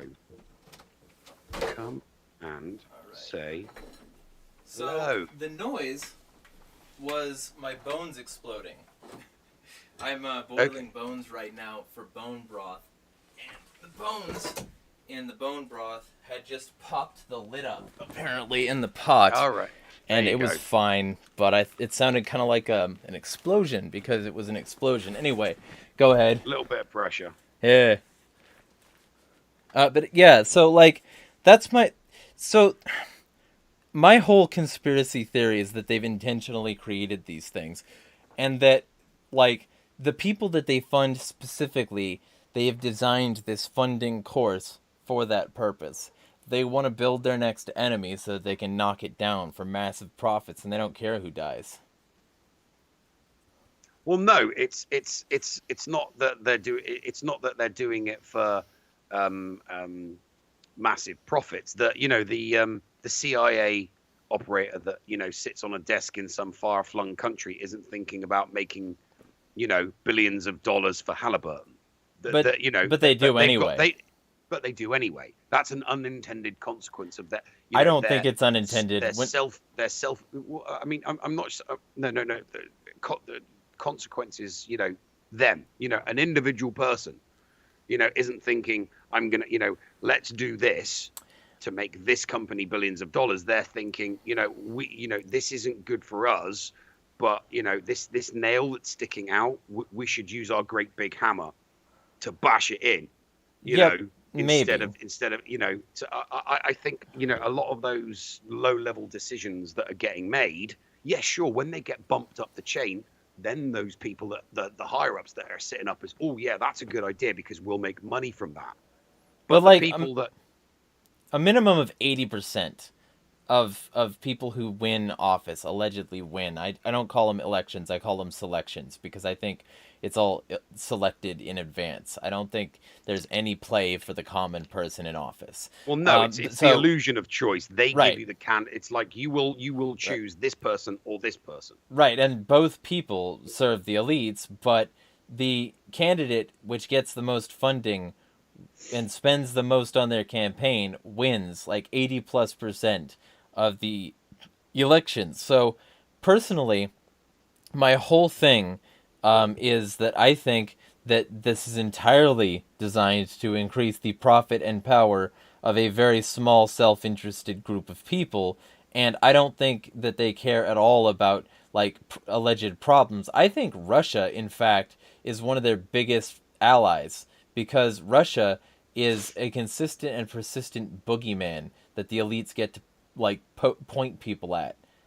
Trump was that too for a bit there. They got to say, oh, everything bad is because of Trumpism. And also simultaneously, they pulled out the Russia boogeyman. They said, oh, well, Trump was, supported by Russia, Trump.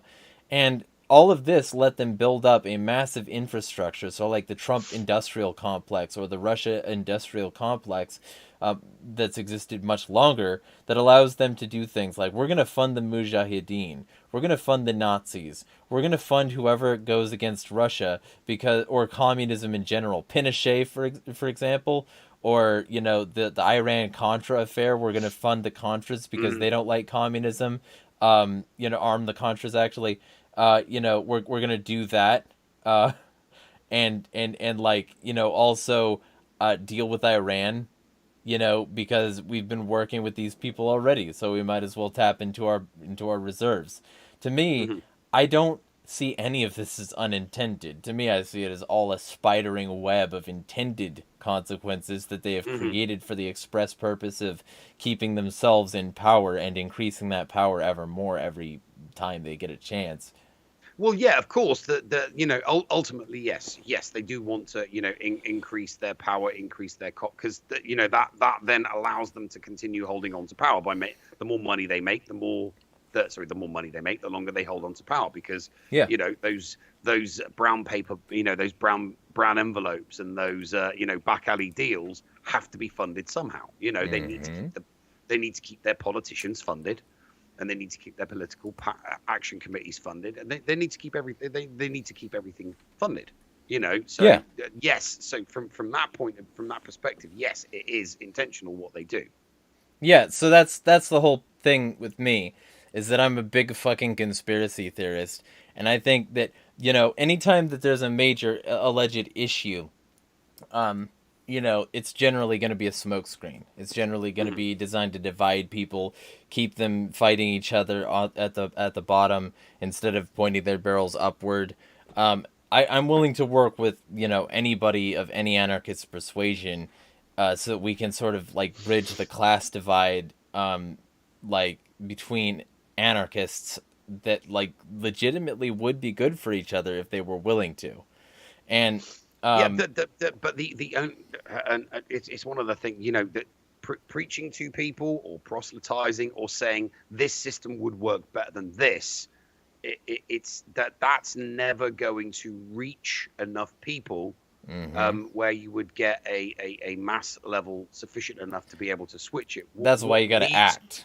What needs to happen is enclaves and groups of anarchists need to Yes. come together and practice what they preach, live the nap, and all interactions be voluntary, and continue to still interact with those outside Right. outside of their communities in happy, peaceful, respectful ways. It's like, oh no, we still want to deal with you, we just don't want to deal with that. So we've kind of like, we're not shutting ourselves off, we've enclaved ourselves off.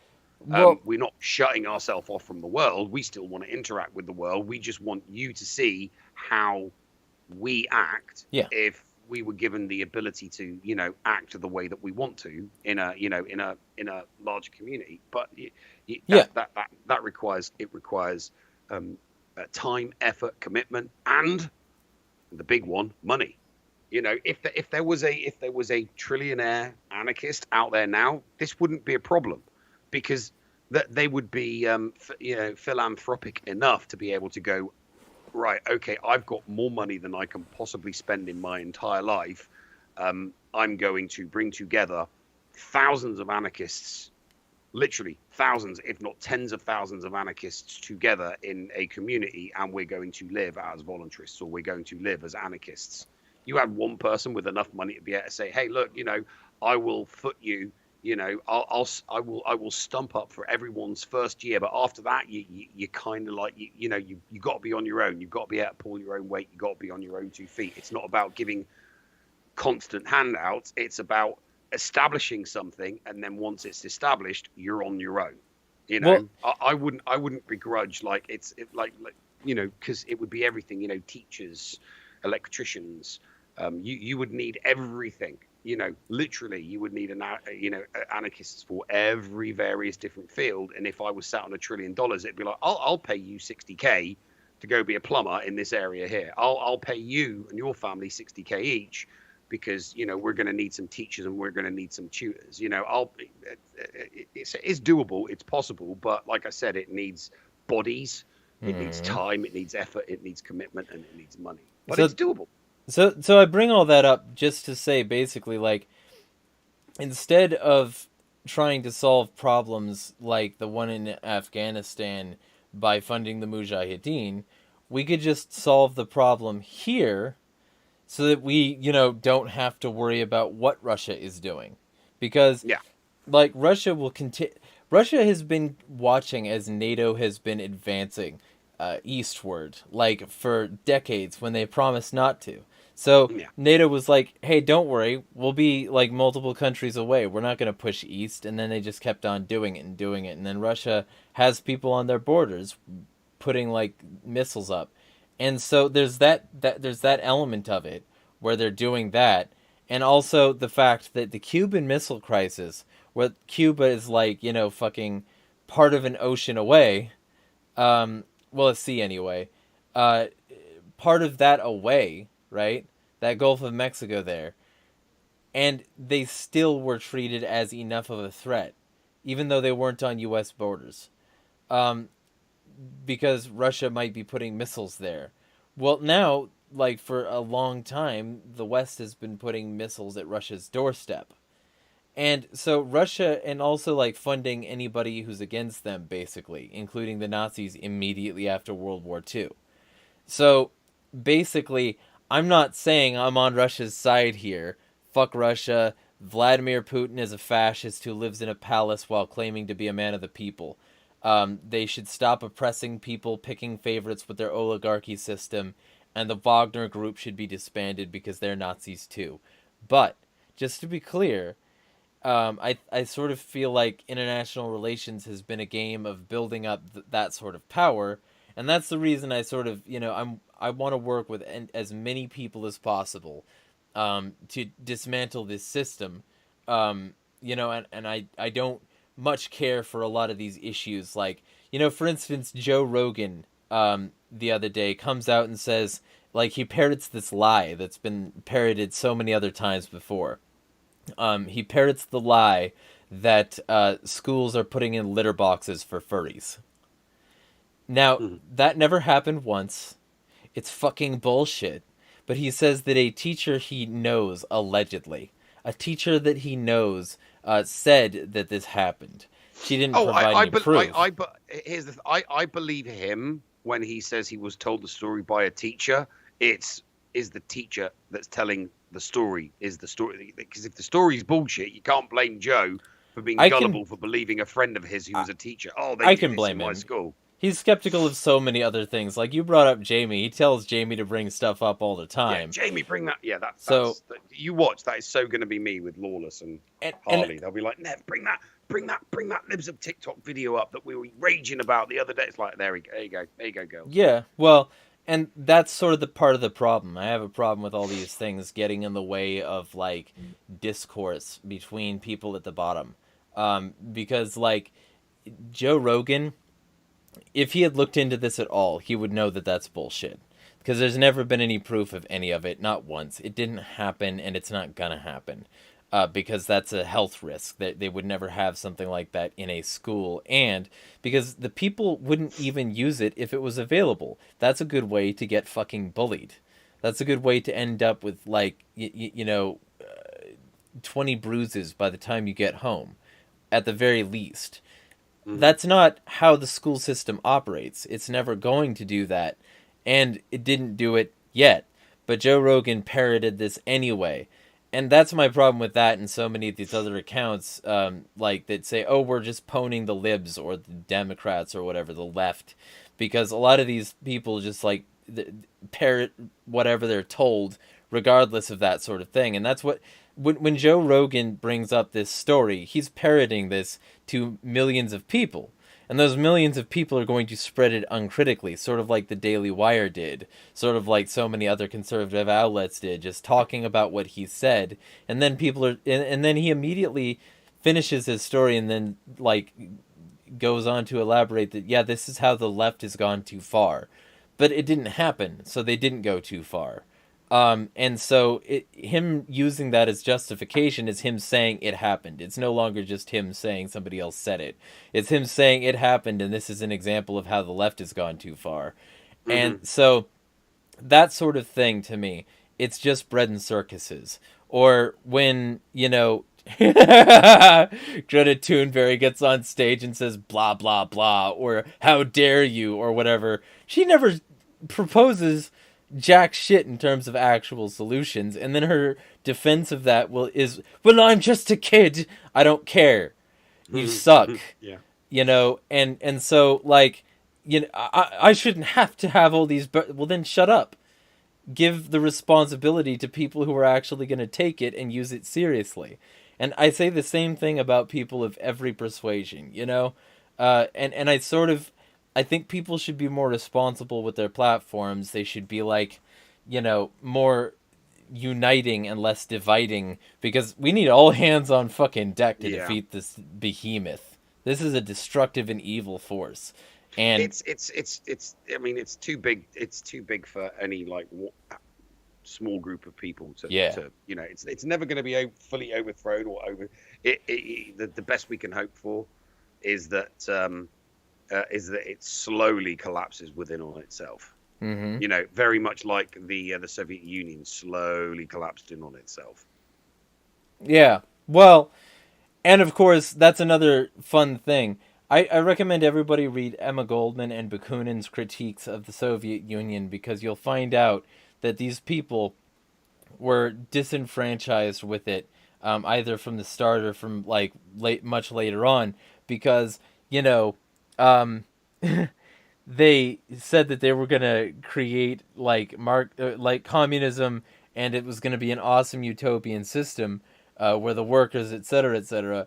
But the Bolsheviks were just capitalists. They were state capitalists who came in and decided to control capital, and that's how their entire program went. And then Mao Zedong directly included in his 10-point platform, we're going to use state capitalism to push things forward. So Mao's state capitalism and the Bolsheviks' dictatorship of the proletariat, they were always just dictatorships. That's all they ever were.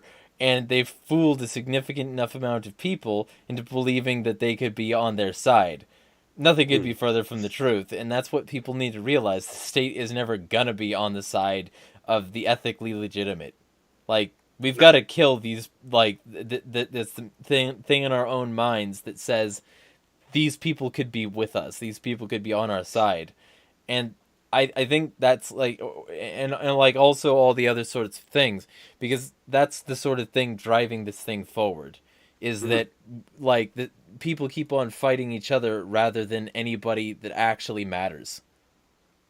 Oh, Patriot Eek is saying, Hail, no notification as usual. Yeah, they fucking suppress me. My audience has been watching that for a while now. They don't like people to know that I'm live, and they also don't like the fact that my videos are going to be preserved on the blockchain on Odyssey, because they like censoring stuff. They removed videos of me on other people's channel. That's the reason I don't get on a lot of them.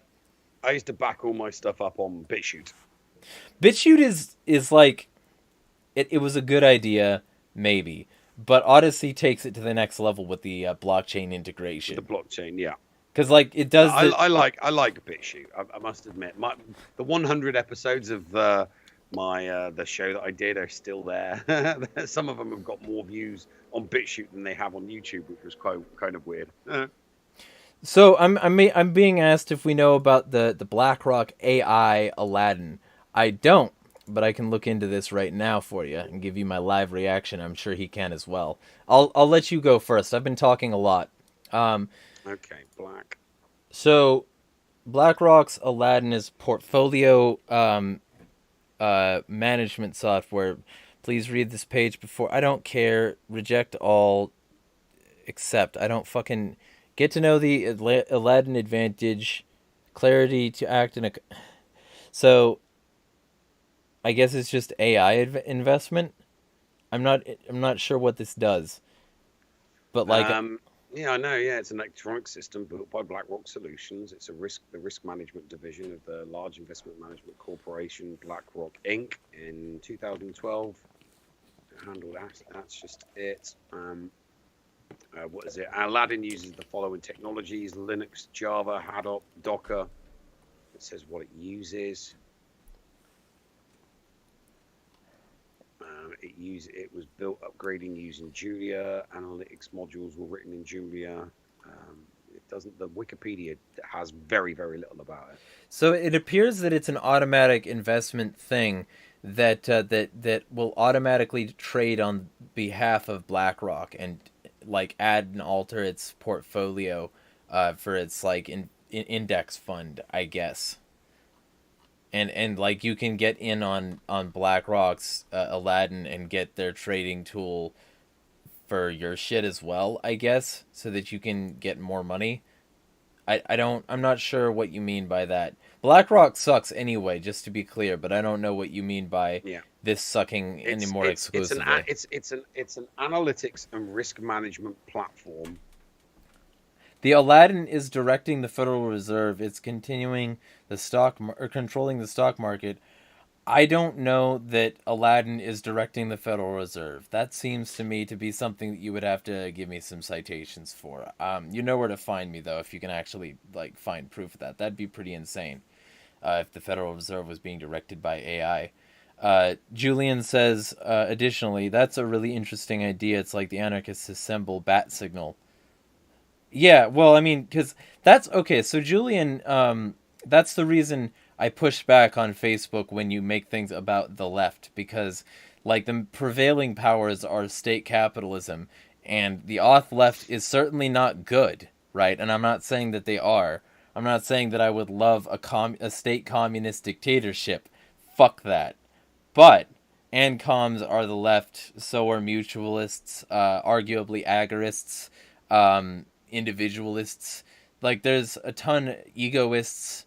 There's a ton of like left and left leaning anarchists out there, and they're not a part of what you're talking about. So it's not the left, and the left isn't state capitalists.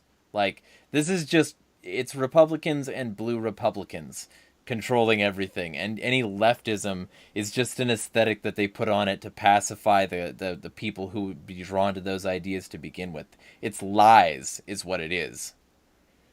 Okay, I will say so. Julia, which is the computer language that was used to build Mm-hmm. Aladdin. That's so Aladdin. This analytics and risk management platform is powered by Julia, which is a computing. It's an open source computing language for data and analytics.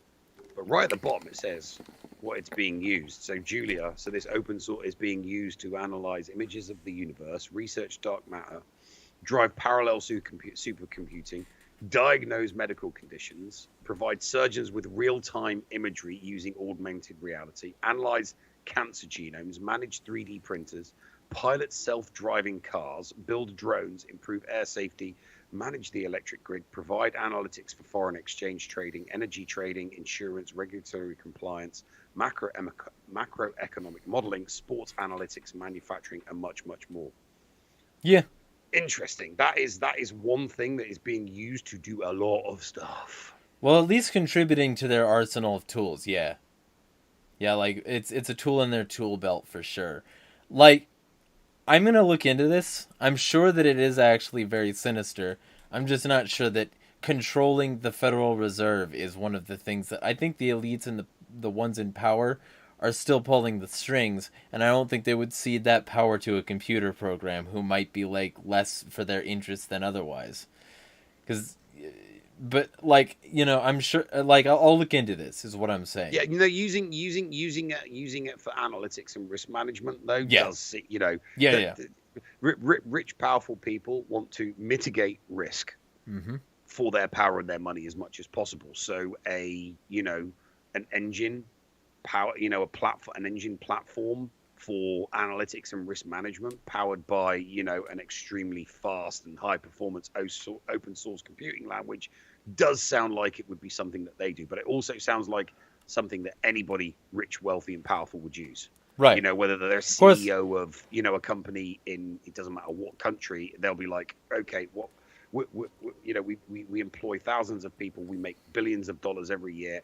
how can we keep making billions of dollars every year? Well, we need to use this program. Well, let's use it then. It costs us bugger all. That kind of thing. Yeah. And like, so there's that, and then there's also the fact that like to me, like, I see all these rich people, all these like billionaires and shit. I see all of them as part of the state. Like, because there's no way they didn't get their billions by, involving the state in some way. It's like when people call Elon Musk a libertarian hero, and then I bring up regulatory credits, and they just don't know what those are. You know what the regulatory credits are, right? No. Regulatory credits are when Elon Musk runs his business the way the state likes. So the state literally just takes from other people, other car manufacturers, and gives Elon that money. Okay. And Elon Musk, the only reason his companies are still afloat is because of regulatory credits, because they've fucked themselves really hard in every other direction. But he's one of the Okay. elite's favored ones, and he's part of the state. He's helping them build their telecommunications infrastructure right now. He's helping them build a future where like cars can be remote controlled, so that the state can just control where people go or if they can even go anywhere. Hmm. He's building a neural lace, which is wires in people's brains, and just it's hilarious when people claim libertarianism on Elon Musk, because fuck no, he's not.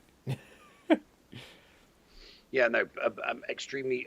Unless you're a national lottery winner, extremely wealthy, powerful people that exist today exist because of crony capitalism, or crapitalism, as I like to call it, which is just the intertwining of capitalism and the state.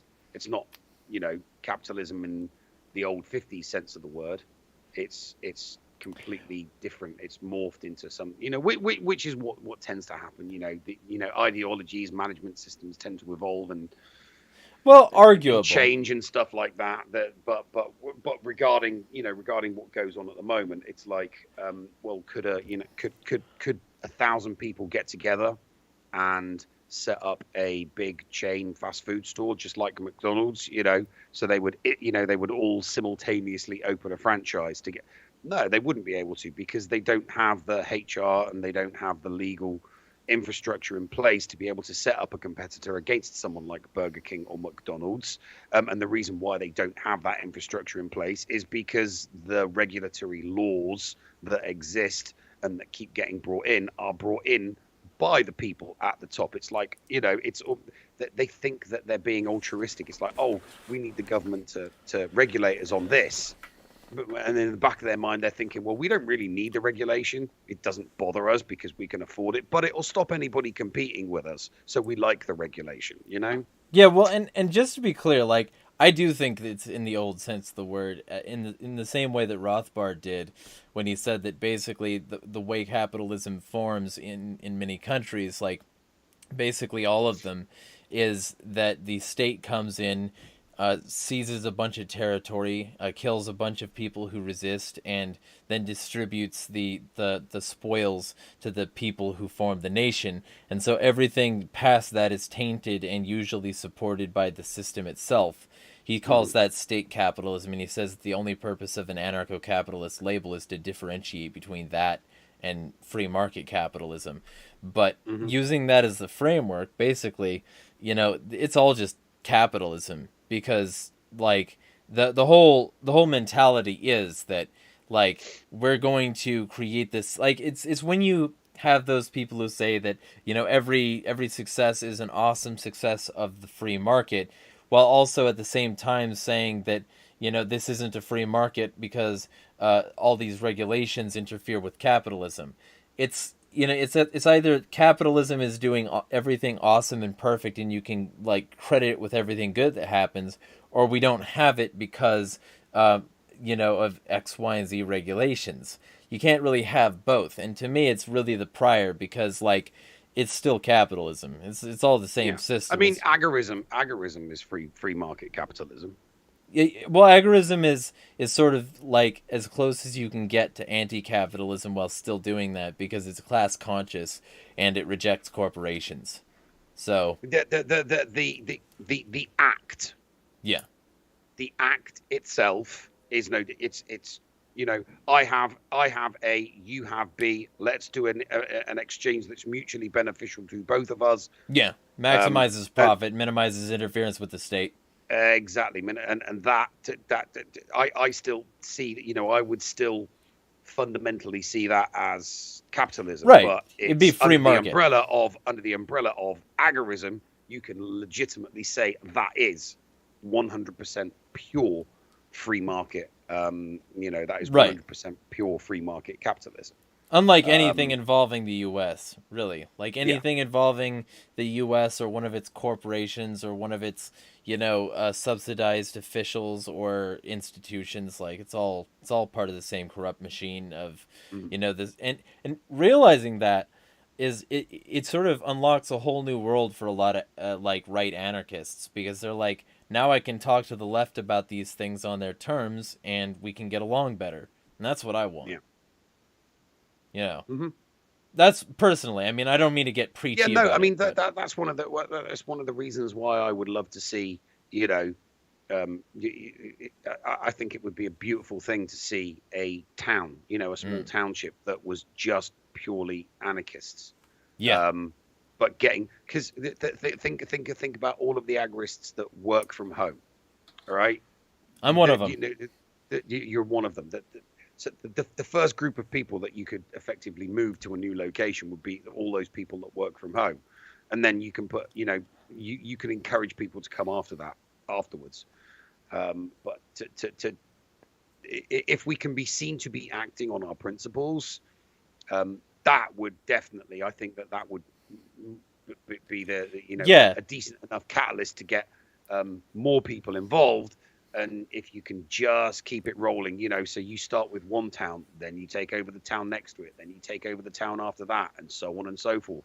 You can keep, and you can get more people to come mm, by allowing the vestiges of the old system to still mildly exist while you're phasing it out. So it's like you explain to people coming, look, hey, we are phasing the everything from the old right. system is being completely and utterly phased out to the point where we don't need it anymore.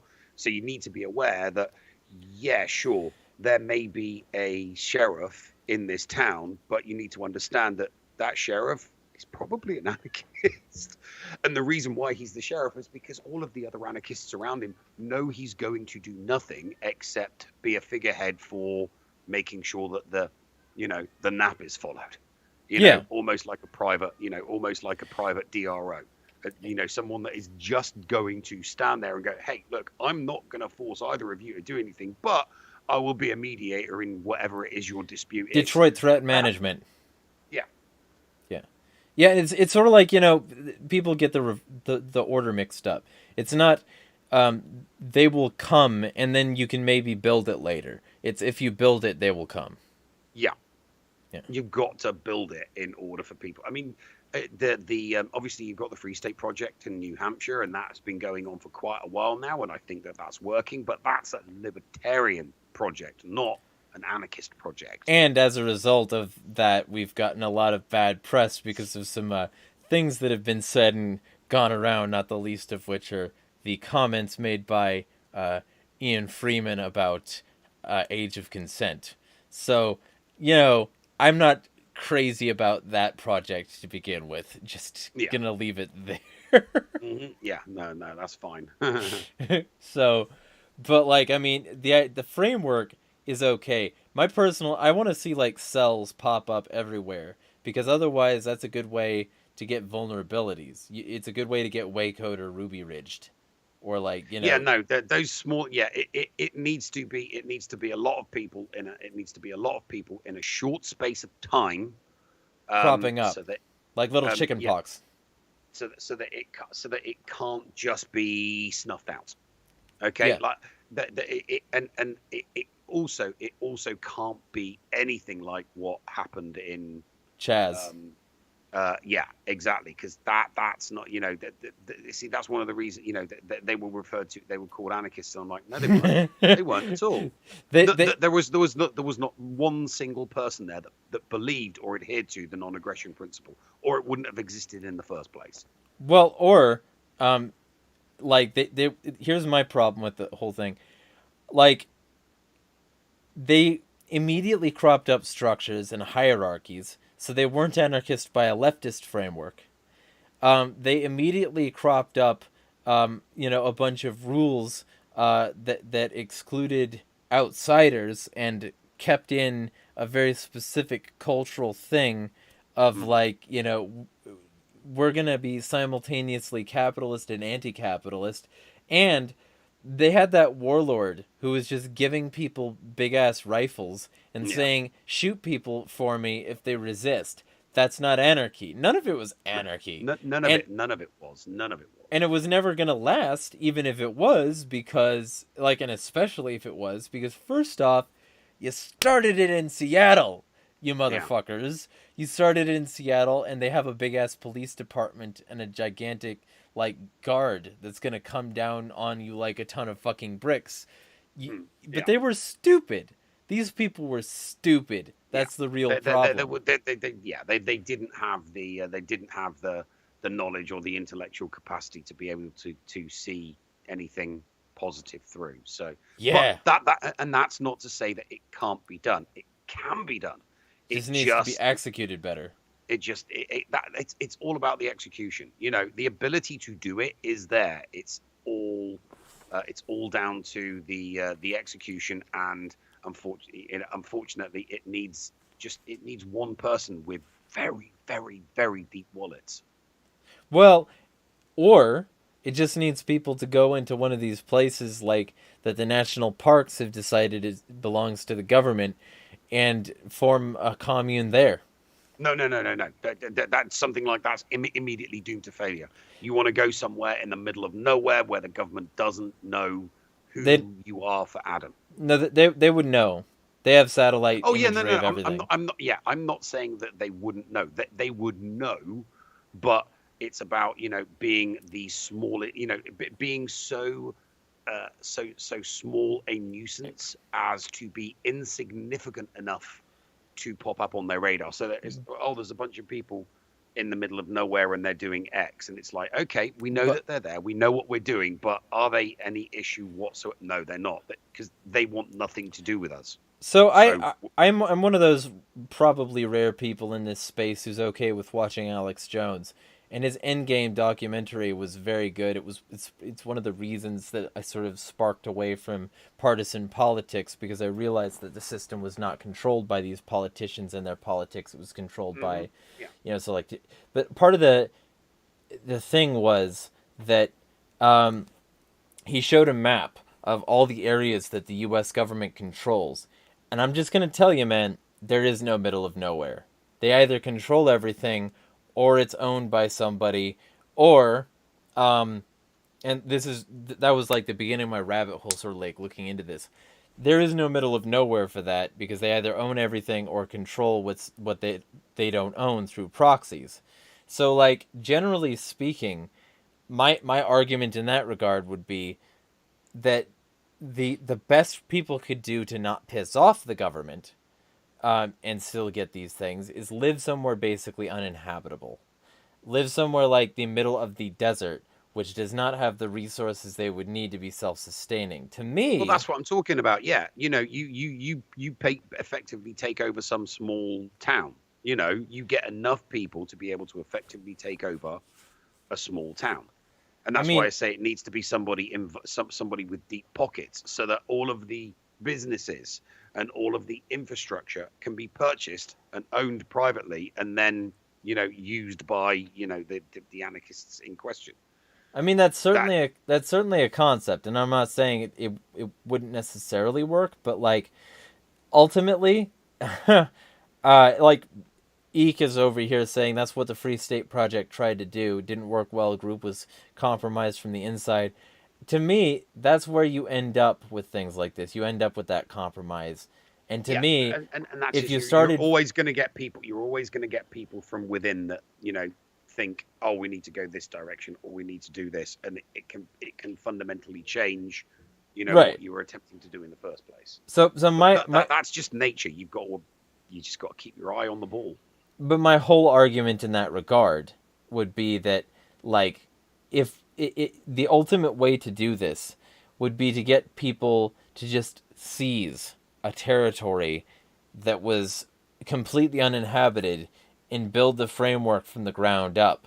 Yeah, And then and yeah, no, I agree. That I think that there are people around that could do that, but Mhm. that is not a a particularly ideal prospect for 99% of anarchists. For You know, sure. Yes. if you Until if you were this to kind of say thing blooms and prospers. if you surveyed 1,000 anarchists right now and said, "Hey, look, so there's two things. Here's the project. There's this town that used to have like a population of 20,000, and it's dwindled down to 2,000. There are empty buildings everywhere. There's empty infrastructure. It's not being used. There's a handful of shops. We could take that over, legitimately own it, buy it, run it, build it up, or we could just start dab in the middle of the desert where there's nothing. Now, if you Well, surveyed 1,000, I'm not they saying would the all desert go. though. I'm saying specifically not the desert. I'm saying something like Yellowstone. Some place with Yeah, actual resources. yeah, like resources where you could grow, but it's still a lot of infrastructure that would need to be put in place. Yeah. And it's not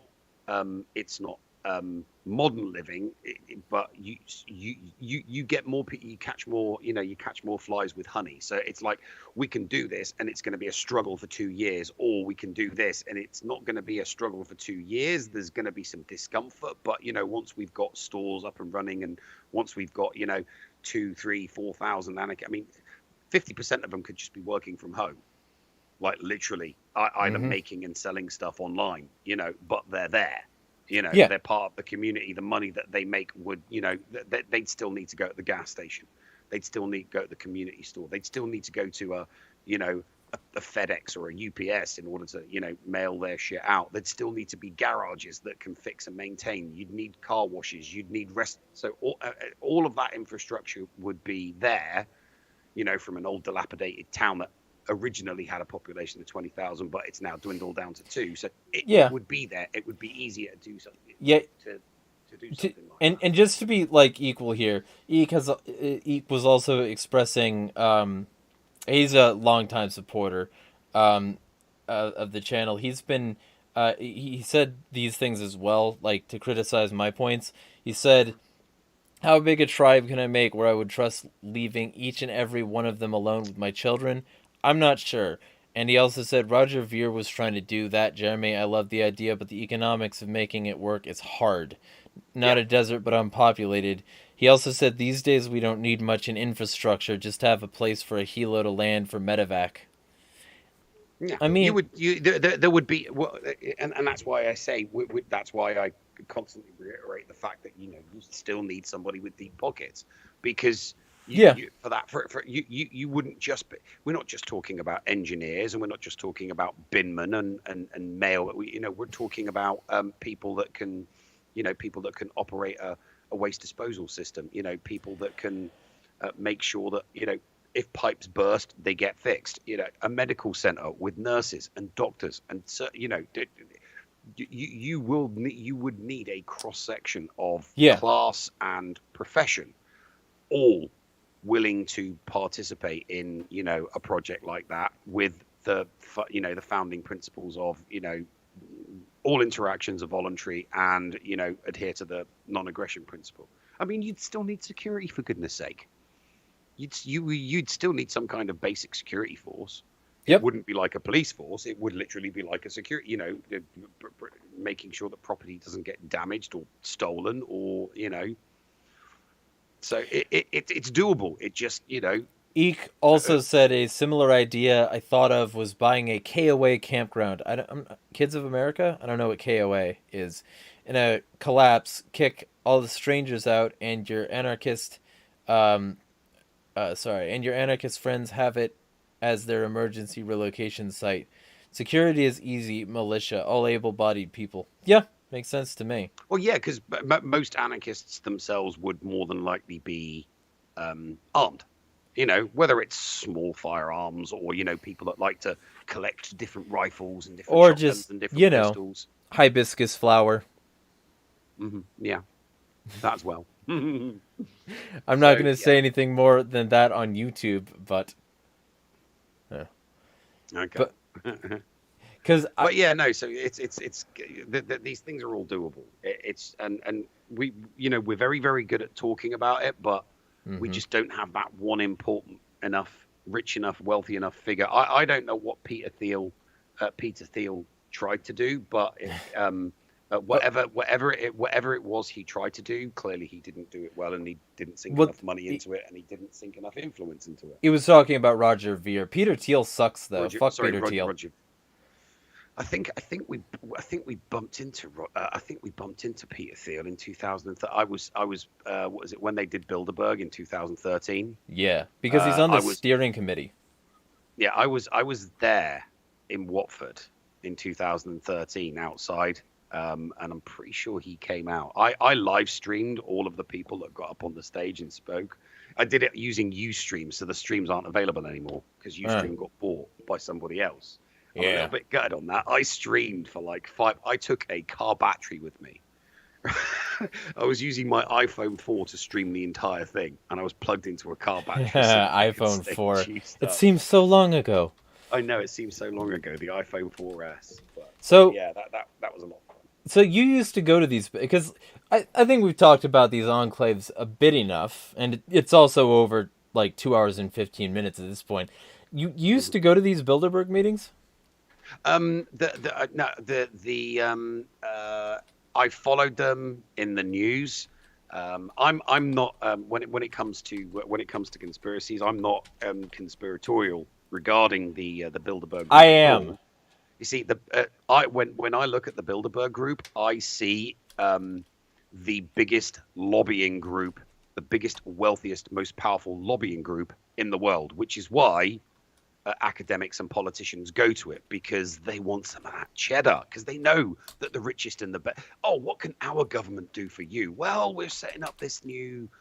We're going to be setting up this factory here. Can you smooth the reg? Oh yeah, we can do that if you just bring your. That's why they do it.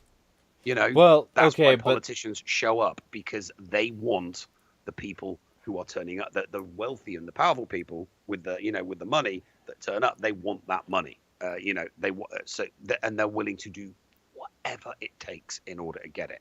yeah, well, and also, but there's also the fact that like all the dystopian and terrible things are listed on their agenda for the previous year, the year that these things happen. Like that's the reason I was very quick to connect the dots about all this stuff involving CBDC and the facial recognition superstate before most people were talking about it. Certainly before the mainstream media was willing to acknowledge it at all, and before Russell Brand had a YouTube channel saying the same things I've been saying for years, but he says it in a British accent and he's a celebrity, so they go to his channel, not mine. Who's that? Russell Brand. Oh, Oh, Russell Brand. Yeah, yeah. I know Russell Brand. Russell Brand Russell Brand used to be the after show entertainment for a TV show called Big Brother. By the way, That's where he started. yeah. So people would get like kicked out of the house. So the contestants would get kicked out of the house, and he would be there to do some after show to talk to them, and he'd have get yeah. That's what he used to do. But by the way, I'm actually interested as to how my British accent comes off. Am I like right on the money, or like something I need to work on? It's not too bad. You do need to work on it. Yeah, I You assume. do need to work on it. Yeah. My advice to anybody trying to do it is to put something in your mouth. It doesn't matter what it is, something solid in your mouth, and then do it. Sounds Why? better. Is it like suppress something in your tongue that wants it to move too much? Because you've got an obstruction in your mouth. You concentrating more on trying to enunciate in an English accent what it is you're trying to verbalize. Gotcha. Yeah, I want to learn as many because like part of the thing is I think this is all going to end extremely badly for all of us. So I need to be able to be gray, and what that means is learning how to sound natural if I ever need to like be like just a normal bloke in UK. Mm-hmm. So Right, mate. Hello, governor. yeah, Mm-hmm. so I try to learn as much of the, like I try to learn the Russian accent, fucking UK accent, Australian. I need to learn all of that stuff, fucking so that I Hmm. can seem appropriate where I am and blend in and not stick out like a sore American thumb. But yeah, like so my thing with the Bilderberg group, and it gave me everything I needed to know about this dystopia they're building in one page because I connected all the dots related to these things, found out about the digital dollar project, found out about Accenture and Microsoft working together to lash the Bilderbergs digital dollar dream baby to the ID 2020 facial recognition super state. And I connected all these dots before pretty much anybody else was doing it. You know, and to see a bunch of people suddenly saying the same stuff and they're getting views and adulation when I was getting called insane and all this stuff. It's vindicating and frustrating at the same time, Hmm. but it also means that I'm just deepened in my conspiracy theorizing because I was right. So that's really all I need. I just need repeated confirmations, things consistently telling me that I was right this whole time, in order for me to stay conspiracy minded. And it keeps happening. Everything is just falling into place. Hmm. Yeah. Um, I don't think it's going to be. Um, I don't think it's going to be as cataclysmic um, as people believe it to be. I certainly hope not. In the overnight sense, I think it's going to be. However, the societal collapse occurs, I think it's going to be slow and deliberate. It's going to be drip, drip, drip. It's not going to be all of a sudden. And the reason why I don't think it would be all of a sudden is because the governments of the world still have their immediate infrastructure in place, and that is never ever going to stop because they've all got their wealthy gated communities and they've got their bunkers. So they'll always be able to keep just enough functioning in order for their lives to continue as they want their lives to continue, and it'll be slow and horrible for everybody else. It won't be, oh, that's it, and then all of a sudden it's Mad Max. It'll be slow, slow, slow, slow, slow, slow. Well, right, they've got to wean people into it. Yeah. But then it'll be at some point really fucking awful. I envision a future like the Running Man book, not the movie, which makes me homicidal. But the book, or anything from Black Mirror, or any of these things where it just built up to the point where people had agreed to a tacit tyranny that's It's everywhere. not. It's not going to be.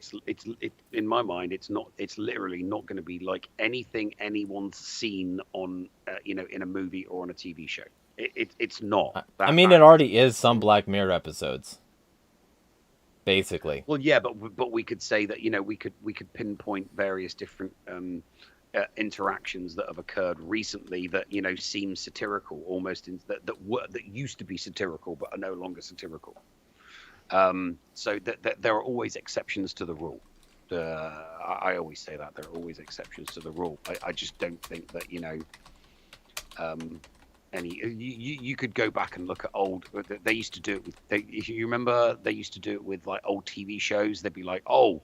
Simpsons predicted this, or oh my God, this thing that's happening right now was on the X-Files in 1993, or little that life and art have a way of imitating and catching up to each other. Sometimes life imitates art, sometimes art imitates life. But we have that saying because it happens so fundamentally all the time, no matter where you are in the world, throughout history. I mean, we're just coming up with examples that you and I may know about, but there's probably the same thing happening in various different places in the world. I mean, there are probably people living in the world that know nothing about any of this going on, and they're just happily going about their lives because they have much, much, much simpler lives, and they're not hooked For into the now. World Wide Web for now. because Yeah. because that's what Starlink is for, and it's also um, what ID 2020 is. Oh, you're talking about the you're talking about the the UN's 2020 agenda. Well, no, I'm talking about ID 2020, which is an Accenture, Microsoft, Gavi alliance, all this stuff initiative to give everyone in the world a facial recognition ID. Oh, right. Okay. Yeah. Yeah. And that's I that's don't. what they I want. don't. They're muscling it Yeah. in under the pretext of giving underserved countries and poverty populations access to the same infrastructure. So they'll get to everybody eventually. Oh no, they won't. No, I disagree. oh, they simply won't. It's like oh, let's build a, let's build a gas station in Africa. It's like, well, there's no roads and no one has a car, so it's a pretty useless thing. So providing internet to, the 80 odd million people that live in Kazakhstan. Like, yeah, well, okay. So what's that? What does that mean for most regular Kazakhs? Absolutely nothing. Because, Yet, they might be and farmers. that it didn't mean anything to the people who were affected by the Texaco waste pits and spills either until Texaco came in, bought their land, like adjacent land from the government, poisoned their water and killed all of them. So if you Mhm. don't comply, they'll just kill you. Yeah, but they're not going to be able to make people use the internet because people just won't have the fun. People in second and third world countries don't need, a laptop, a computer, and a mobile phone in order to use Skylink. They just don't. Well, yet And there will be people that will never jump. There'll be people that never jump on that bandwagon, or if they do, they jump in on it lightly. until To them, it'd be like us using modems, just so that we can go on MSN chat back in the mid 90s, well, which yeah, I used to do on a regular basis because that's all I could do with the internet was play until chess against other everybody people who and email. resists is dead, and the only ones who are left are the ones who agreed to be on the system. The state has a Well, way yeah, of just muscling their way in. Like they killed hundreds of thousands. Texaco, that thing killed like over 100,000 tribal members. Basically wiped out the tribe, and then the remaining people said, "Hey, we're suing you." They had a successful lawsuit after like really banging and scraping, but they still haven't been paid a cent to clean up the place because Chevron owns the people, or like Texaco essentially owns the people in charge, and the lawyer who was responsible for the lawsuit, they jailed him after putting him on house arrest because it was a corporate captured lawyer from America. And so all these things happened because they wanted oil from that territory and because they didn't care that they had to kill a large amount of people to get it. And now they have it like greater territorial control because the people left have to rely on their systems in order to get clean water. hmm That's how they do it. They're evil. These people are Oh yeah, actively no, evil. there are companies and there are people that work for these companies that have malevolent and insidious intentions. And they would look to absolutely rip the piss and take advantage of, areas of the world like that. And they were able to do that because of, because they knew that they were pretty much going to get away with it. That's no different from, the various different issues that occurred in, India with various Hmm. different chemical spills. Exactly. The same thing happens all over the world. Or just the Um, genocide in Bangladesh, or the one yeah. in Yemen, or any of the. So what I'm saying is that they get what they want because they're willing to commit mass murder for it. Like political power comes from the barrel of a gun. You remember? So like, Yeah. they're gonna get what they want anyway, and eventually the people that are left are gonna be the people who agreed to their system because they had to. You know, But what they I'm saying is that the fake the whole Skylink face system thing it's not going to, that you're not going to be able to force something like that. You can say, I mean, the government can try. It's like you will go out and buy all of these all of these things with cameras on so that we can face it's like no, it's just I just can't see something like that ever happen in a first world country, in somewhere like the United States, Australia, any country in Europe, North America. lots of the countries in South America. I would probably argue that you could definitely lump the G20 in there. You could definitely lump the G20 in there. You could definitely lump in the what's that group that's Brazil, South Africa, the BRIC. You could the BRICS group. You could definitely throw them in there. But then there's 50 to 100 countries that you just would not be able to throw in there because they're just not part of the the whole global thing that's going on. Until the U.S. committed another genocide, and they suddenly had more territory. I see this as just genocide after genocide, control after control, and eventually they'll run out of territory, but not until they force basically the whole world under their system. Like, that's what they do. They spread parasitically. The state just spreads parasitically to the next area and kills people who don't comply. Then all you're left with is the compliant. Like, it's a repeated model. It's happened every single time. So I just don't see that stopping. I think that they're going to find an excuse to give people, in Mogadishu, freedom, or wherever the next thing is. I just feel like they're going to find an excuse. That's all. Also, so to clear some of these chat comments, Eek says that PayPal banned him because of his payments to me. So that's interesting. I knew that they were like suspicious of that, but I didn't know that they actively banned you. So they suspended my account and would not accept my explanation. Fucking interesting. Okay. Well, yeah, PayPal, I'm not surprised. It was started by somebody on the steering committee for the Bilderberg Group, so that's I estimate that's how they're going to be in the end about anybody who goes off program, and it's probably more about me than you. They probably don't like me, but they haven't found any legitimate reason to cancel anything of mine. I don't know.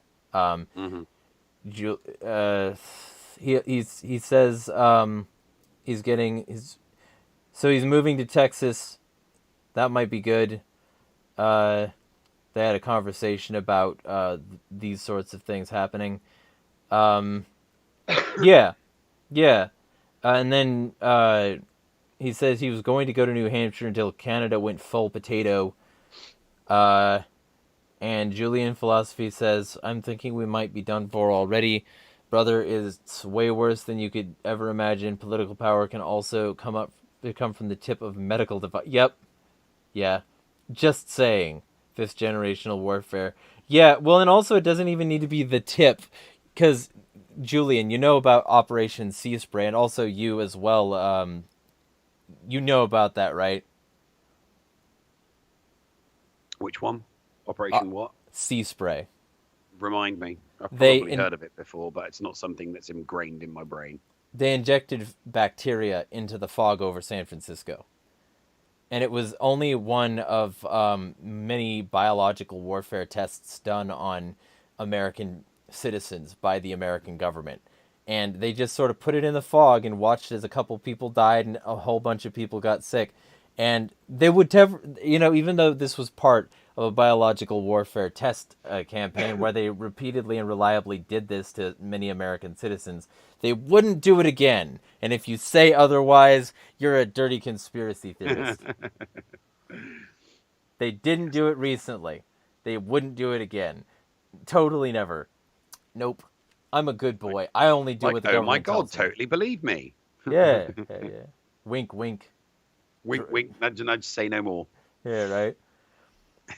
But yeah, I think that's a reasonable place to wrap, probably. But yeah, sure. Is there something you would like to get out before we do? Yes. Stay tuned. The channel that we've got, we're setting things up. We're getting things slowly there. To the day when Harley and Lawless will finally do an episode, and we'll get it up. We are going to have a YouTube channel, but we're going to reserve the YouTube channel for like clips and short stuff. And the primary location that we're going to be throwing everything is Odyssey and BitChute. Rumble. Oh, Odyssey is a big thumbs up for me. Rumble is no. Rumble has all the problems that every other platform does. It's just being nice for now, to me anyway. Like Odyssey to me is a much better model because they do like both blockchain and torrent technology, like sort of a fusion of them to make sure everything stays up. So, Hmm. also you can have all your videos auto backup from YouTube to Odyssey. So I do that. Like this stream here, this Yeah. is going to be on the blockchain in about 3 hours after this gets done. Once it gets uploaded. Yeah, once it gets Yeah. uploaded, and then once Odyssey auto downloads it, and then once that auto download gets confirmed on the blockchain, it does take a while, but it's Hmm. there. Yeah. It's going to be there probably. It'll be So, there. Yeah. No worries. Okay. so. So yeah, just stay Oh, tuned. Rumble is good. What's your handle there? Do you have a handle Oh, we anywhere we yet? do, we don't we're going with Well, we are actually gonna we're gonna go with Hold the Sugar Productions. okay. So we're gonna go with Hold the Sugar Productions, and the plan is to do a weekly podcast and then some other bits and pieces thrown in there, all under the Hold the Sugar Productions umbrella. But it's Hold the Sugar because that's what the girls are planning on doing. Yeah, not sugarcoating They're anything. not going to be sugarcoating anything. So yeah. Yeah. All right. So, and is there anything you'd like to say to my audience before we book? Yeah, you've all been wonderful and very very active, and I've enjoyed the to and fro and the backwards conversation. Yeah, I that's one of the things with my streams. I don't like it when people don't acknowledge their live audience on a stream. To me, that's the fucking point of it. It's weird when they don't. Yeah, yeah. No, it happens with me. I live stream on Twitch all the time, so yeah, I know exactly what you mean. Yeah. All right. So with that being said, if you want to contact him, his social media will be in the description as well. And there's a link to the existing podcast episode that I did with Han and Lawless. That's like in the description already. The description has many ways you can support me if you want to help me get rent and shit like that. You know, do stupid things like eating food. Hmm. There's also an email newsletter, which is really what's fucking important to me because I got banned from Twitter for a year and a half until my account got reinstated.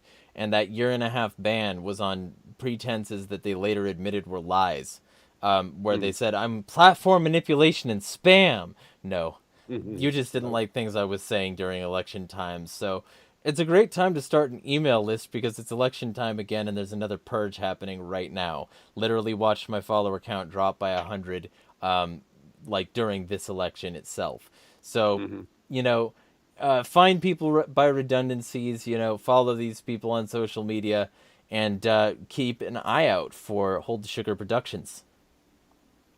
Yes, absolutely. All right. Well, thank you for coming on and indulging my batshit insanity.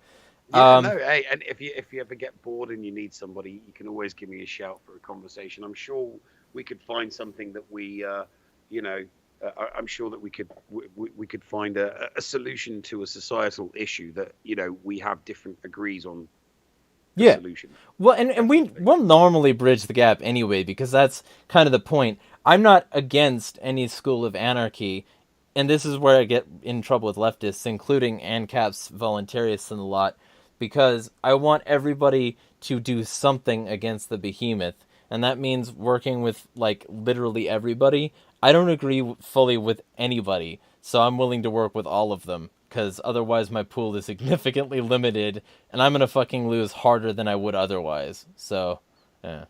That's what Yeah. people got to do. You got to reach out. You got to have conversations, engage with people with whom you disagree, stop building echo chambers, and smash the fucking state. And Yeah. smash the like button, of course. Yeah, like, share, subscribe, bruh. Turn on notifications, bell that taco, do the jizz in my open throat. Yeah. So, all you can find my shit at all the links in the description. His links will be there as well, and there's also ways to support if you decide you want to do that. So, this has been good. Yeah. I'm going to, and I'll for sure have you on again because you do provide some valuable insight, and maybe we can have a stream that starts with the serious topic.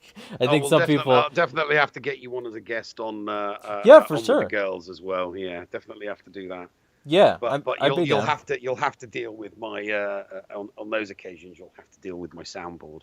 Eh, you know, I mean, whatever works. Like, if that's what works and it's what pulls eyes, we need all hands on deck. So I'm down. You know, Yeah. if that Oh yeah. draws people, then that draws people.